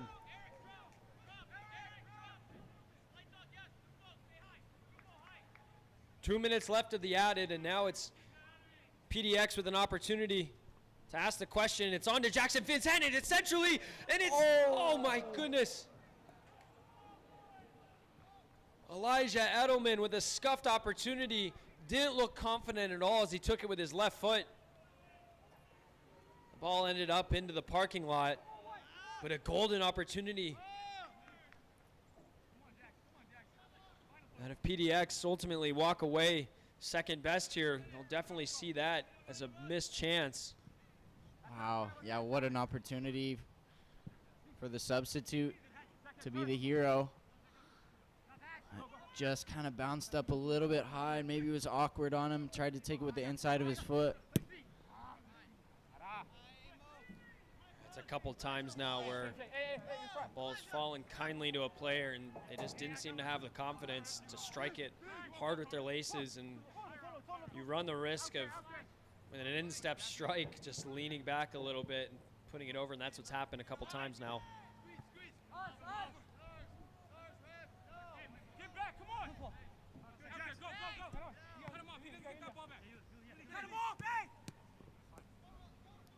Gonzalez driving infield. Fantastic range of passing as Roque fights to maintain possession. Referees debating between them two and elects to go the direction of PDX.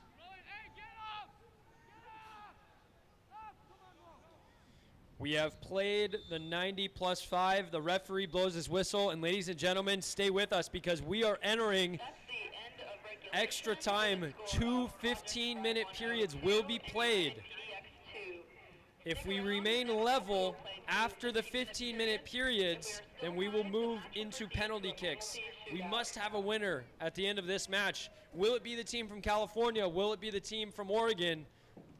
Stay tuned and you'll find out, but we have 2 minutes of quick stoppage here. Play will resume shortly. We'll be back with you in a moment.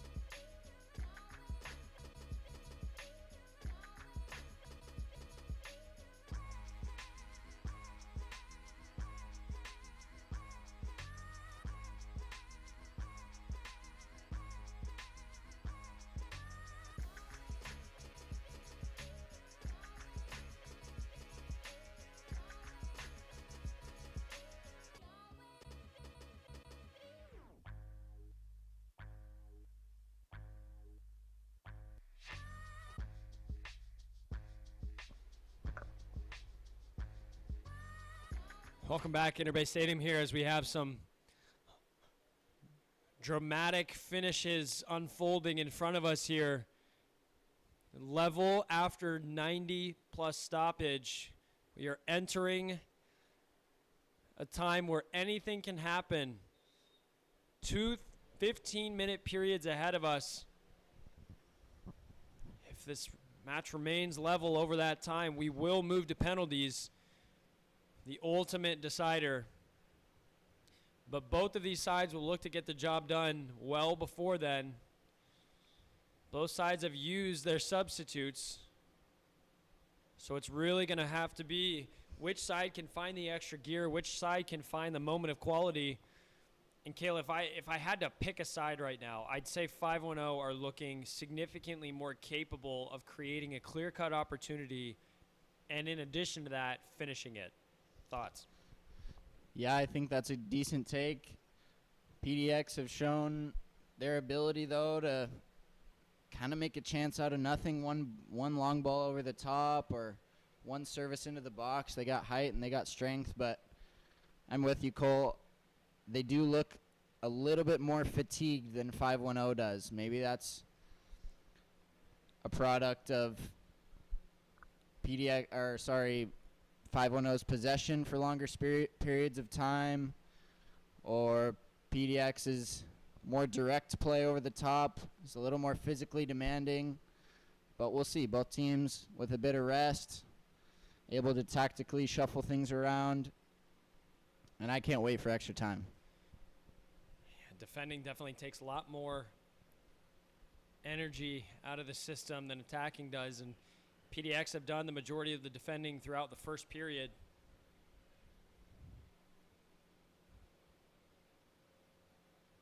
Right now, tactics are relevant, but that comes secondary to what's most important, which is a little bit of heart, a little bit of soul, and a lot of hard work is going to be what's required to get either one of these teams across the finish line. Reminder what's at stake here. The winner of this side will advance to the next round of the Western Conference Finals and will play the winner of FC Tucson and Ventura County Fusion. It will not be held here at Interbay Stadium, that location to be determined. And I don't think that's too much on the minds of either one of these sets of players at the moment. All they're thinking about is how can they win. We restart through the possession of United PDX. The captain, Connor Evans. As Kale, United PDX has conceded 2 goals now for the second time this entire season. That's an insane stat. Yes, it is.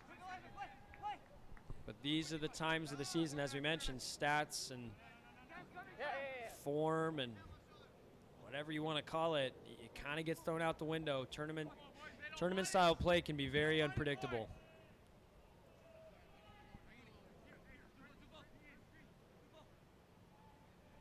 Long throw in from Godina is away by Wilkerson.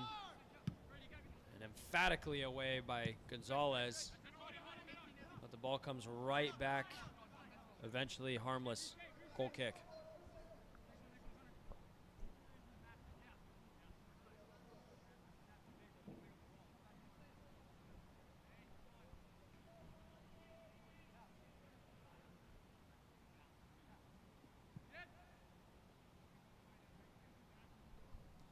Possession-based football for the 510. That plan looks like it will continue. Esquivel maybe not sticking to the plan. Foregoes possession.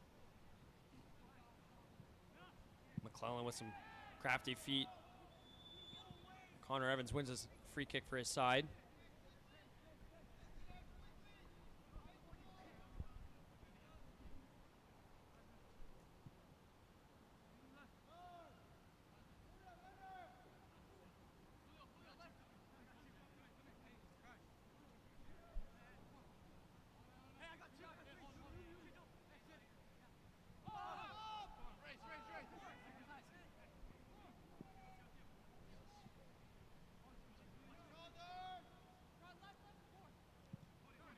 Driven ball in centrally.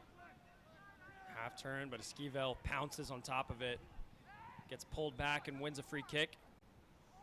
Yeah, he's been positive since he's come on. Good energy. They're pouncing on a bit of a loose pass, and 5-1-0 are able to get back on the ball. Wilkerson all the way back to Rodriguez.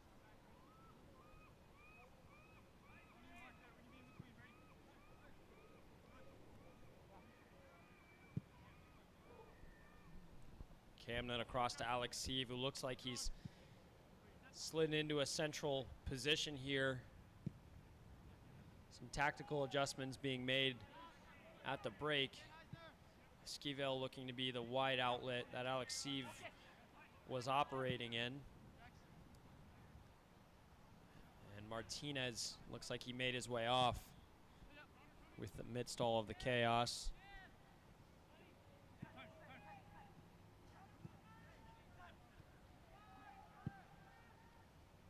Alex Sieve once more. Alex Sieve asking for a little more movement from his wingers here. Good patient build-up, but needs Ball to be over the decisive. top. Julio Rodriguez unable to get underneath it, and once more it's Michael Hatcher. We've said his name so many times. Mohamed away, strong challenge on Alex Harris. Wins the free kick on Alex Sieve. Yeah, does well to buy a free kick. Those are the kind of moments that you like to have in a long extra time. Long time to go. Legs are already heavy. Give a little respite to your team.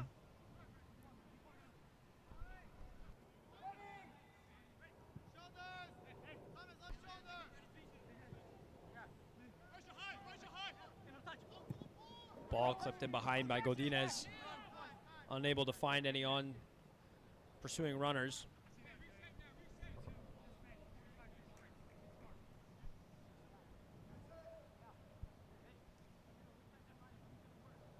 Excuse me, I want to correct myself. It was Julio Martinez making his way in behind, not Rodriguez. It's late in the match here, too, up in the booth. Fitness a factor for you and I, Kale, you say? No? Probably not. I don't think we can pull that card. It's hot up here. It is hot in the booth, but it's hotter on the field, and these players are definitely feeling it.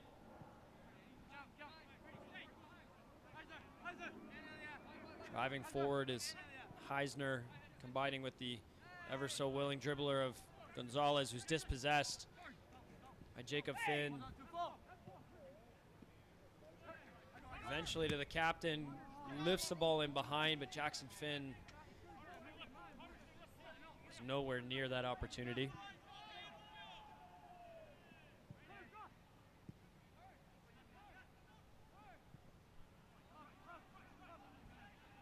Jacob Lopore with a quality ball in, and a strong challenge by Mo Mohamed on Julio Martinez, who jumps straight up.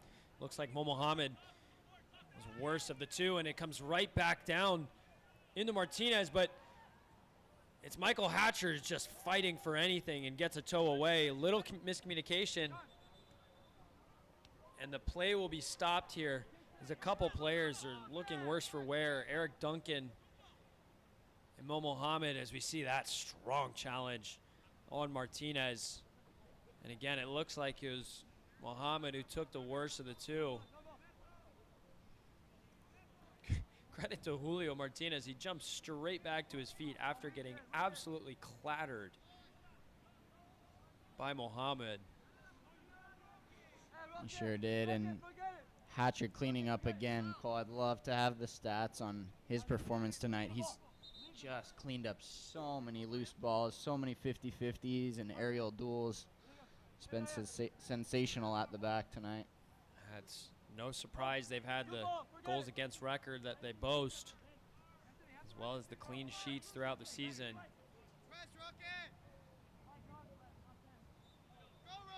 We'll restart here through Ludwig, who Roque is going to be awarded a yellow card, and I hate when players do this. He's all up in arms and asking why, when it was very clear what was happening. It was an easy restart. The ref had already asked him to back up. and he tried to be cute with it and pounce on a back pass. Fouled Ludwig in the process. There's nothing to complain about. A lot of interesting yellow cards this afternoon. Yeah, very few have been for aggressive challenges. A lot of verbal abuse apparently the referee's taken. Nonetheless, we continue. Dex.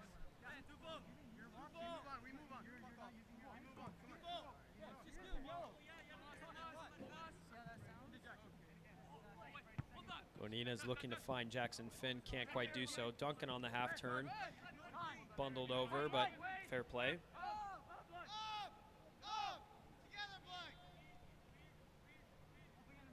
All the way back to Schnebly. We've played 8 of the first 15 minutes of this period. Strong challenge, Heisner on the captain.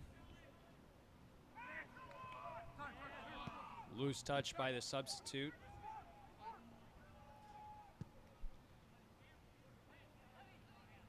Lepore sitting in that central role, looking to combine, bring defense into attack.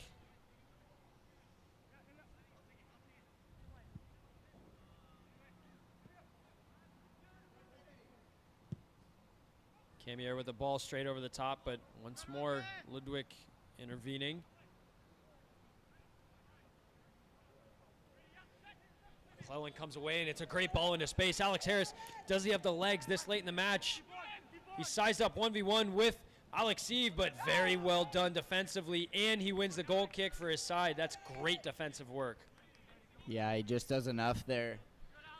Harris, a very quick player, but Alex Eve up to the task and just gives him a little bump as he's shooting. Not a foul, but enough to put him off balance and send the ball off target.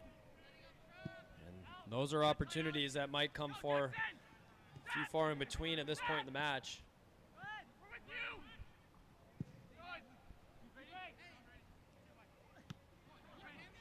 Great ball. Ball in behind by Duncan. Taken by Roque, who has an opportunity to bury this, and he does so! Bottom left corner! Derek Roque with the finish, and they have completed not one, not two, but 3 comebacks so far. Mo Mohammed has grabbed the ball in the back of the net and jogged it back to the center line, as now PDX, they will be tested. Wow. What a take from Roque. He was a guy that we pinpointed on Friday night, had a great performance then, and he's come off the bench and might have just decided this match, but plenty of time still to play. Duncan, again pivotal, great ball over the top. And just that second touch to get Roque perfectly driving towards the net. Just set him up so well for that shot. Perfect finish across the goalkeeper to the far post. Face of disbelief by Schnebly as he looks on to the celebrating 5-1-0. They've held so strong defensively, but again, the quality that 5-1-0 has been able to show in the attacking third strikes true once more. The dynamic of this match has completely shifted. We're seeing a substitute being made. And it's Anthony Godinez making his way off.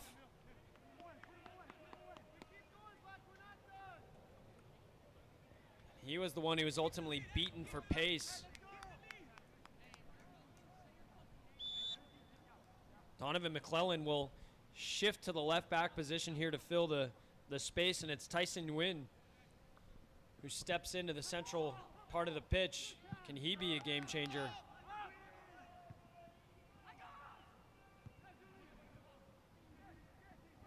Nguyen with his first involvement to Esquivel, who does well to turn away. How about the impact that Duncan has had on this game? I mean, late on in the first 90 minutes, chopping the defender, cutting inside, and a ruthless finish into the far corner. and then again involved a beautiful touch and feathers the ball over the top. He's been sensational in these past 30 minutes or so of this match. Yeah, his impact has definitely been immense. We highlighted that he was substituted in the Ballard match on Friday, which was a little bit of a surprise for both of us. Mo Mohammed is throwing the yellow card signal in the face of center referee Christopher Calderon, which, Kale, as you and I know, that is very much frowned upon in today's modern age of football. Referee does not elect to give him a yellow, which by the book suggests he should.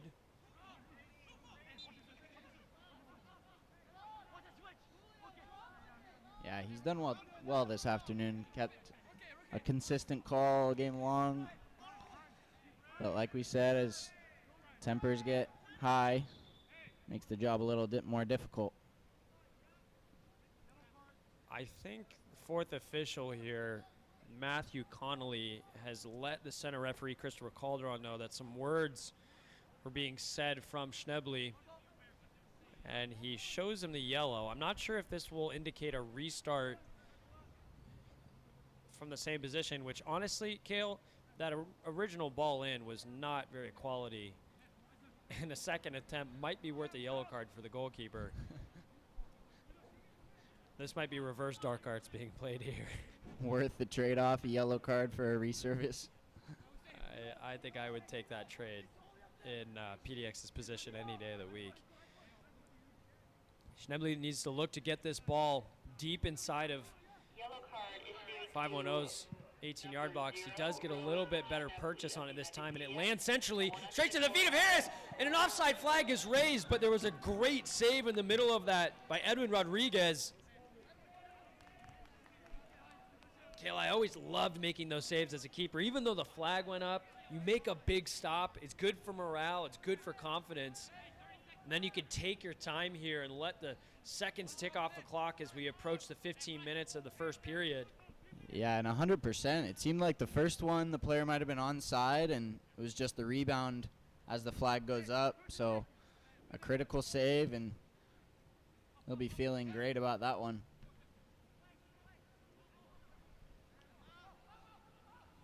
Mohammed looks to shift his way around and isn't awarded anything for his troubles. Now it's 510's turn to play the dark arts as we played the original 15. No message for any stoppage time. Likely 1 minute at most. But the referee will allow play to continue. Esquivel into Duncan. Cheeky touch off to Gonzalez, who will continue to drive. He doesn't know how to slow down at all.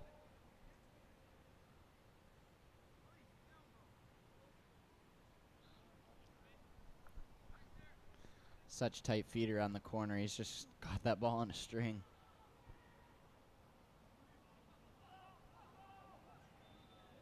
Free kick goes PDX's way. I don't know if there'll really be any time in this half. This initial period of stoppage to get any real opportunity the other direction. Lepore in the center of the park winning the initial header. Edelman helping it forward.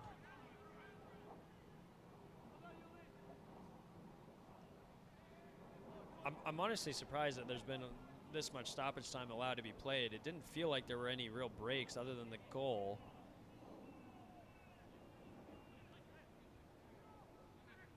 But Kale, there's a reason I'm in the booth and not on the pitch. My job is to talk about it. Edelman out wide. Driving infield. Jackson Finn giving chase away by Camier.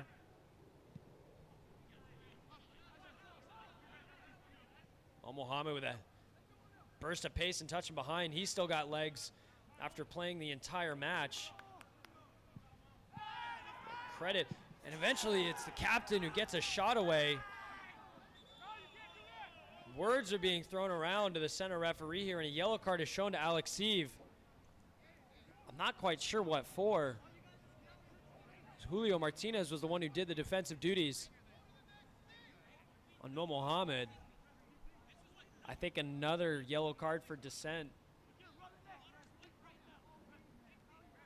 As we've played the first 15 minutes, plus almost 3 now. Yeah, I think it was for dissent. Pretty quick to brandish the yellow, but as we've said before, he's been consistent with it all game.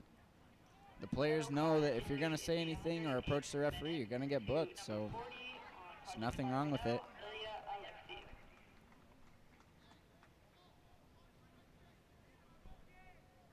I'm sorry to keep bringing it up, but there we go. The whistle is blown. We've had 3 additional minutes of stoppage for 15 minutes of play, which to me the math doesn't add up, but nothing dramatic happened in that period other than a yellow card given to Alex Eve. But once more, as we're seeing that goal by Roque, a great ball over the box or over the top by Eric Duncan, and a cool finish to the far post.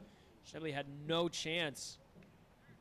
Scodinez was doing his best to recover, gets a last-ditch effort tackle, but by then the ball is already in the back of the net. That's impact from a substitute. And if they're able to hold on in this last 15 minutes, they will advance to the semifinals of the Western Conference playoffs next weekend, again, against potentially either FC Tucson or Ventura County Fusion, depending on the result of that match.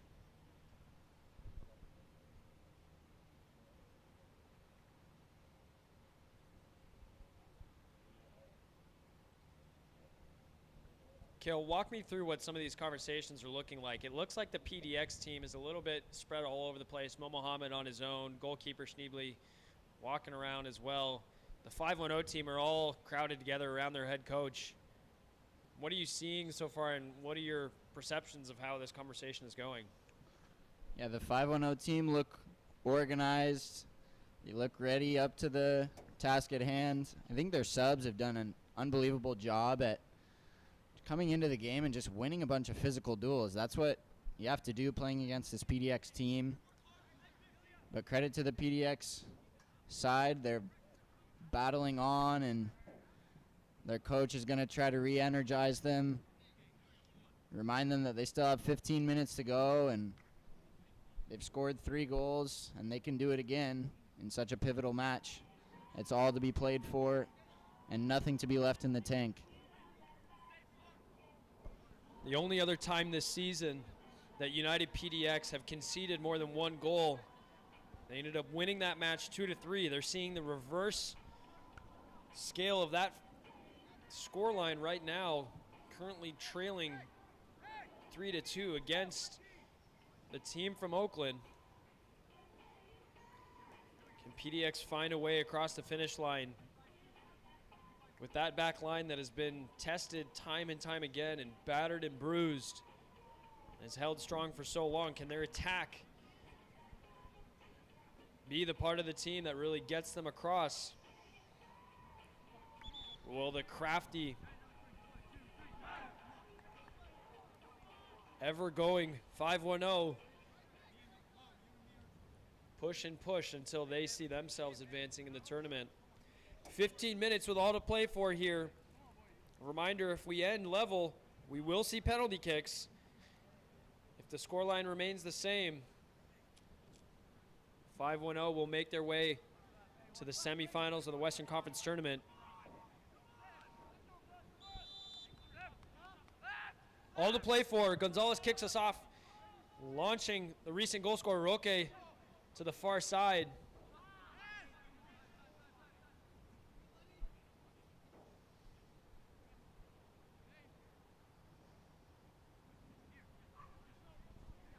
A lot of game management you would expect from the 510. This 15 minutes can cycle off the clock very quickly if managed properly. And from the reverse side, PDX likely will feel as if this time will slip away from them very quickly. It looks like another substitute being made here. The substitute being substituted is never a good sign. But at the end of the day, all that matters is getting the result that's needed.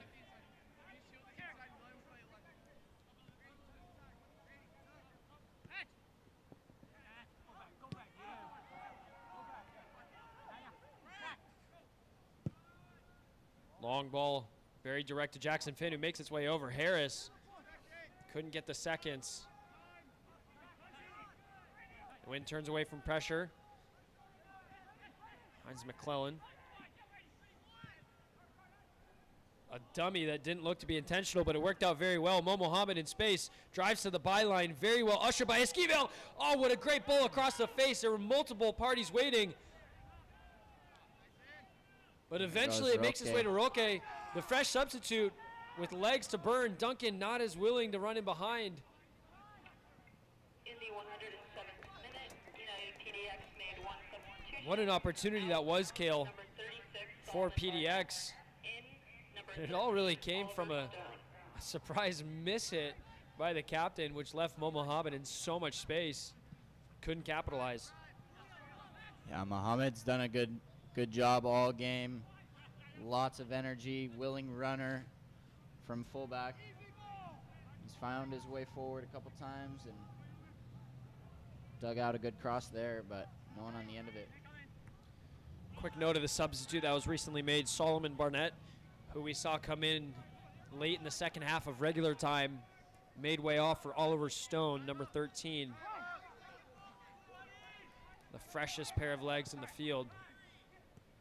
The issue with coming into this type of game so late is it's hard to really get acclimated to the pace of play and the intensity. As we see the Captain Evans, with the trying to find the return to Mo Mohammed. It was dealt with well in the end, but I would have almost liked to see the captain take a shot on goal himself and be the hero. Yeah, we've seen what he can do. Standing over the ball on the near side here with Edelman, his compatriot, next to him. Outswinging right-footed service. Skips a line, and it's Adam. Oh, it's going past the goalkeeper. Alex Harris again on the score sheet. Drama. 3-3. Kale, it looked like Edwin Rodriguez had a clear, easy hand to it. It looked to be an easy save, but maybe the change-up of the pace of the header caught him off guard. What a surprise finish. We talked about set pieces being so vital for this defensive-minded team. And it's the man who was awarded the start today with two very big goals for his side. 3-3. Cole, absolutely unbelievable goal. Like we said, set pieces could be huge for PDX. Wow. And just like you said, he heads the ball. Tough for the goalkeeper. I was always trained as a player. You got to head the ball down. It makes it so much harder as it's coming off of the bounce. Works out that time. Wow, 3-3. If you have plans within the next 30 minutes, cancel them. You do not want to miss the finish of this game. So much is riding on the line for these two teams.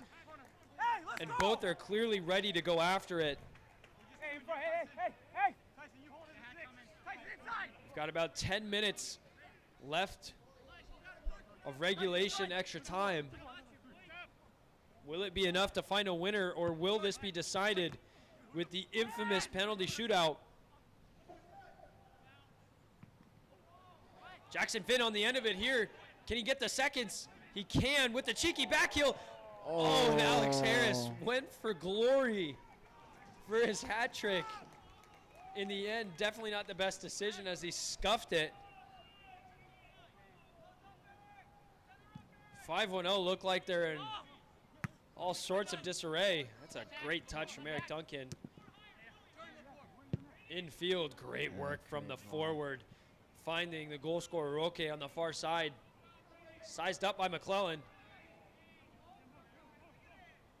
Roque rounds his defender into the box. He's being harassed. Can he get anything off? He can't, but he wins a corner.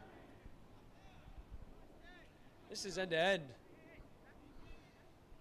Yeah, you are almost halfway thinking if he just slows up his run there, maybe takes a bit of contact. But fair play to him. What a move down the sideline. Beats his defender, as we see here, and just tipped out for a corner. Gonzalez goes short this time. Finds the ball back at his feet. Left-footed service to the far post. It's Duncan again. It's crowded. And it's eventually ushered across the line for another corner.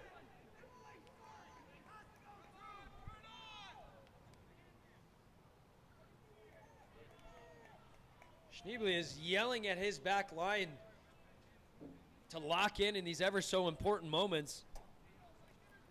Gonzalez will go again. Driven ball to the top. It's a scorpion kick by Heisner. Recycled through Esquivel with a good-looking flighted service and makes its way to the back post. It's on the line. It's in. It's in. Oh my. It's Heisner. Unbelievable. Kale, what have we just seen? Cole, we're on our feet in the booth. We just cannot believe this. You'd think it's a clip ball to the far post, and the goalkeeper's done so well commanding his box all afternoon, but that one just gets over him. And a great header to keep the ball in play, and 510 is just able to bundle the ball over the line. Oh my word, 510 have done it again. I don't know how many times I can say it. Over and over and over they have been challenged. But yet again, they have come across and continued. Project 510 goal scored by number 44. I'm speechless with the resilience that this team has shown from so many different sources as well. Duncan's had a fantastic performance today. Gonzalez consistent as ever. Heisner, who got the start today, who I don't even think we saw last time out. He's come up big with a goal that couldn't be more vital. We're seeing him receive a little bit of treatment as he's holding his head. Maybe took a knock for the reward that he faced.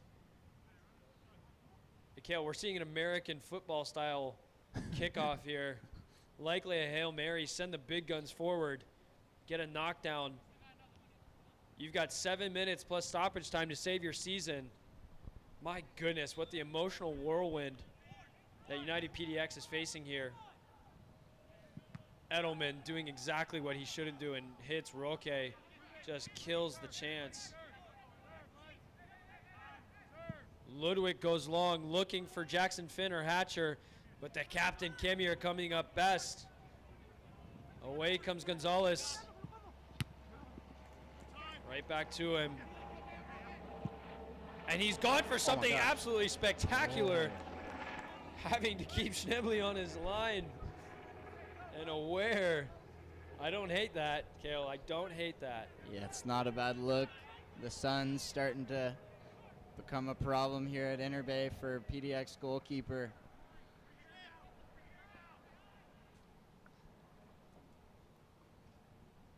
For those that are tuning in and couldn't make it out to Seattle here, it's a hot afternoon. It has been all week. Both of these sides have left everything on the pitch. But if you're at home or your local pub or with friends, this is a game for the ages. Pleasure to be here with you. Again, it's Cole Weaver and Cale Spence in the booth. Two former Ballard FC players, so hard to say that. We definitely have favorites in this match. But regardless, both of these teams have put on a show, and it's Heisner doing the defensive duties on the other side after scoring a vital goal. Duncan again, doing so well to maintain possession, but PDX haven't given up here yet.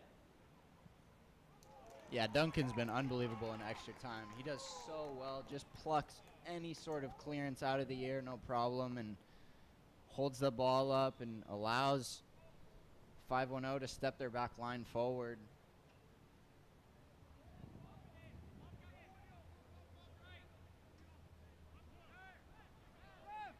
All the time in the world being taken now. Referee will need to manage this, as we saw him give 3 minutes of stoppage time in the first period. You'd have to anticipate quite a bit more being added if that's the standard.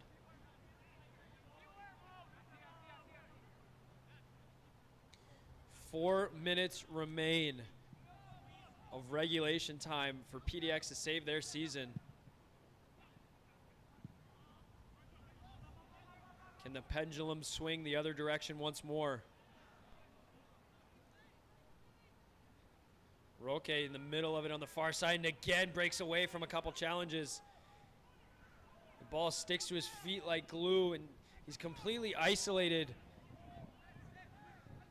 McClellan and Edelman doing their works, and eventually it's the big man, Eric, who's dispossessed this time. Away comes PDX. Jackson Finn continuing to run in behind. Auxiliary forward of Hatcher.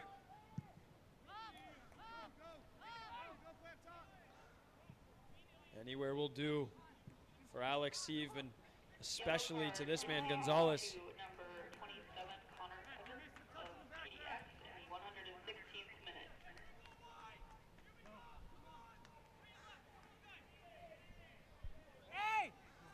Skivel into Gonzalez. Mohamed, solid defensively as ever. Clip ball over the top.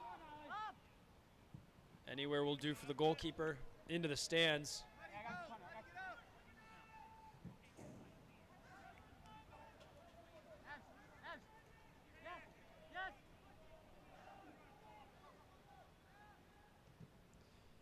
Ball into the box. Alex Harris challenges, can't win. Roque again breaking away from challenges. He's got 3 around him. It's a 4v4. Clip ball in behind. Mohamed does have the pace once more. Little bit of miscommunication. If also Gonzalez, can he steal the game? Game 2 challenges. He's brought down in the box, and a penalty is awarded. Chaos ensues. And the red is shown. Kale, this might be the nail in the coffin for PDX. Gonzalez with the cleanest of feet. He has played so many minutes. I can't express to the viewers watching that maybe haven't played soccer, let alone a full 90, let alone a full 120 minutes. His legs must be so heavy right now. And to be able to perform that type of skill at this type of level in this atmosphere, that is class. Cole, that's just unreal feat from Gonzalez. He's been such a difference maker Friday night, and we've seen it all match long this afternoon. Steps up. He's going to be the man to take the penalty kick to ice this game. Can Gonzalez punch their ticket into the semifinals of the Western Conference League? The short run up, and he buries it. Never in doubt. The shirt comes off. His name's not Messi, but his team feels like he is right now. Shows his number to the crowd. What a performance. Never in doubt from the spot. Take a bow, Gonzalez.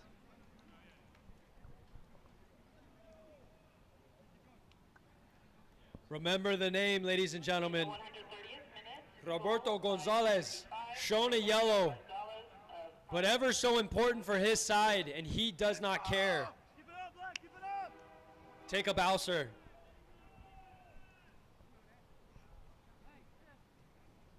Well, that skill to just come inside. And even after he's done that, he's decided why not send another defender to the shops. He's done it again and then draws the penalty. PDX are just crestfallen. They've put so much into this game, so much credit to them, but it looks like they're just going to fall short. Reminds me of a little someone named Cole Palmer. That's why they call him Cold Palmer, innit? Had to throw in a little Chelsea statement in there. Can't help it. A strike! Oh! Can you believe this? This match is ever going. Elijah Edelman. My word. This game has it all. It's all going on at Interbay.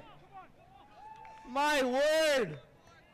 5-4, Elijah Edelman with an absolute worldie out of nowhere. There is still time left in this game. I repeat, if you have plans, cancel them. Go nowhere. This game is not finished. In the 131st minute, United PDX Goal by number 7. Goes for goal again. The confidence and the audacity from these sides to do what they have done this evening. PDX will launch everything they have forward here. Edelman helps it onwards. Alex Harris will retrieve. It's the goal scorer who gives away a free kick. It's a free kick. That is not what you want from your side at this point in the match. Lazy defending. Cole, we've talked about set pieces. PDX has done it once before. This time they're going to send everyone forward. Goalkeepers coming forward. They couldn't, could they, Kale? They couldn't. Never write it off in this match. All hands on deck for the 5-1-0. They felt like they had punched their ticket. I said they punched their ticket. More commentators' curse might have been incurring. They're a man down. Let's not forget, they received a red card in that passage of play for the penalty kick. Elijah Edelman stands himself up about 30 yards away from the box. We know he can hit them. The goalkeeper, Schnebley, has made his way forward as well.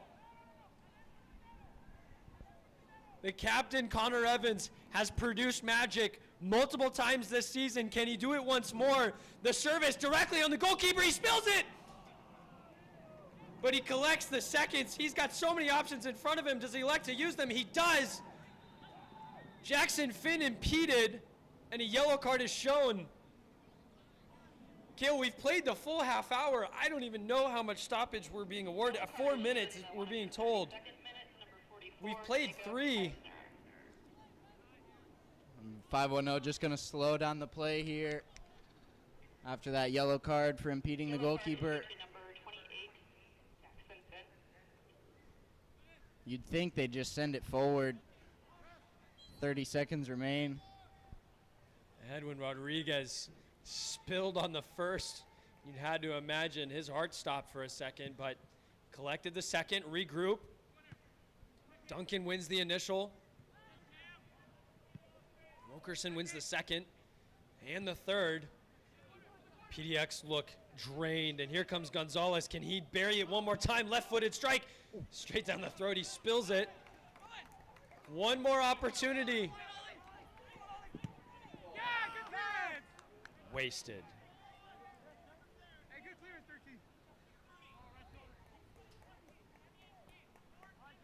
Hey, Yuli, it's up here! Yuli, up here! It's up here! You'd imagine only just seconds left, Cole. What a treat for everybody that's attended this match at Interbay, and those of you that have viewed with us live here on YouTube. 5-1-0 are moments away from an absolutely incredible victory. Duncan in the corner. And that's it. And the referee blows his whistle. Congratulations to the Project 5-1-0 out of Oakland, California. You have progressed through the gauntlet that is this national tournament for USL League 2. Your next opponent will be decided later today. FC Tucson will be facing Ventura County Fusion at 7 p.m. Pacific time. Credit goes out to United PDX for the season that they have had, and to reach this point, history has been made in their world. But heartbreak in the end, as they felt like they had it. Project 5-1-0, the escape artists strike yet again. They performed magic against Ballard to come back 1-0, which all started around the 80th minute. And so many times today, they had to bounce back against adversity. Some amazing goals that we saw today, Kale. I'm speechless. Cole, I'm just catching my breath just now. If you haven't watched much USL2 action, where are you? My goodness, 5-4.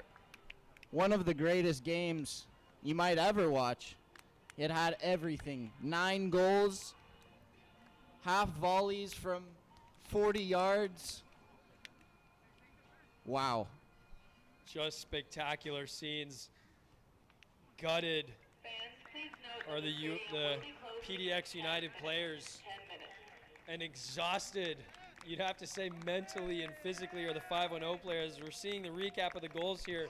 Jackson Finn kicked us off with a fantastic ball over the top from Connor Evans. Noma Snawi soon then afterwards with a clever curler into the near side, beating Schnebley to get them level 1-1. Love the celebration from Gonzalez. He'd be celebrating much more later. And then it was all PDX as Alex Harris with the burst of pace gets himself in behind and ends up slotting it home near post to give PDX the advantage once more. You'd imagine with PDX's defensive solidarity that might have sealed the game, but a big man named Eric Duncan had something else to say as he chops back inside, sends his man for a hot dog, and coolly buries it home to the far post with his weaker left foot. He had himself an afternoon, and he was the one who actually produced this goal. Late in the game for the substitute, Roque, right-footed with the pace to beat Godinez. Extends and actually gives their side the lead for the first time in the match. At this point, it was 3-2.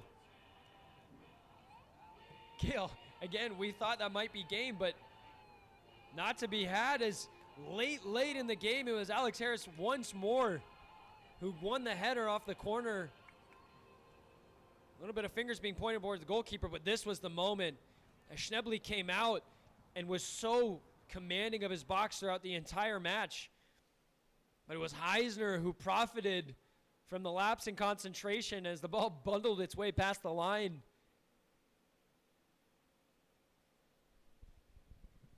Beyond that, not seconds later, the clean feet. We could watch this replay over and over as he sends 2 defenders who have been so good through the years into the stands, literally for one of them, and then makes no mistake on his penalty, giving everybody the iconic Lionel Messi jersey show. He's played like it. But, Kale, this might have to be goal of the match. Unreal. Seconds later, not minutes, seconds. But it wasn't enough. As 5-1-0 held on as we see them to the right of our screen right now, huddled up, talking about how much this means for their team and the challenges that they will continue to face moving forward. Congratulations to this side that has provided us with some extremely entertaining football. We wish them the best of luck as they continue their pursuit of national glory. Again, FC Tucson, Ventura County Fusion. They will face one of the 2 of them in the next stage of the Western Conference Finals. That match against those 2 teams will be played later today at 7 p.m. Kickoff in about 2 hours' time. Kale, any final thoughts? Just incredible fortitude and work from 5-1-0 to continue going in moments when you feel like they're out of the match. They just produce something special. So the best of luck to them, and you'd think they might go far. They certainly believe they can go far in this tournament. But wow, hats off to these 2 teams for producing just a sensational match of football this afternoon at Inter Bay. Well, thank you everybody once more for joining us. Signing off here for the last time this season, as from our point of view, unfortunate to see Ballard FC bow out of the tournament, but fair credit and fair play to the Project 510 who ended up knocking the former national champions out of the tournament and are progressing on forward to the semifinals. I'm Cole Weaver, sitting alongside Cale Spence. We thank you. Enjoy the rest of your evenings, and if at anything, continue to watch USL2 soccer. Oh boy, is it so exciting. Goodbye, ladies and gentlemen. Have a good one.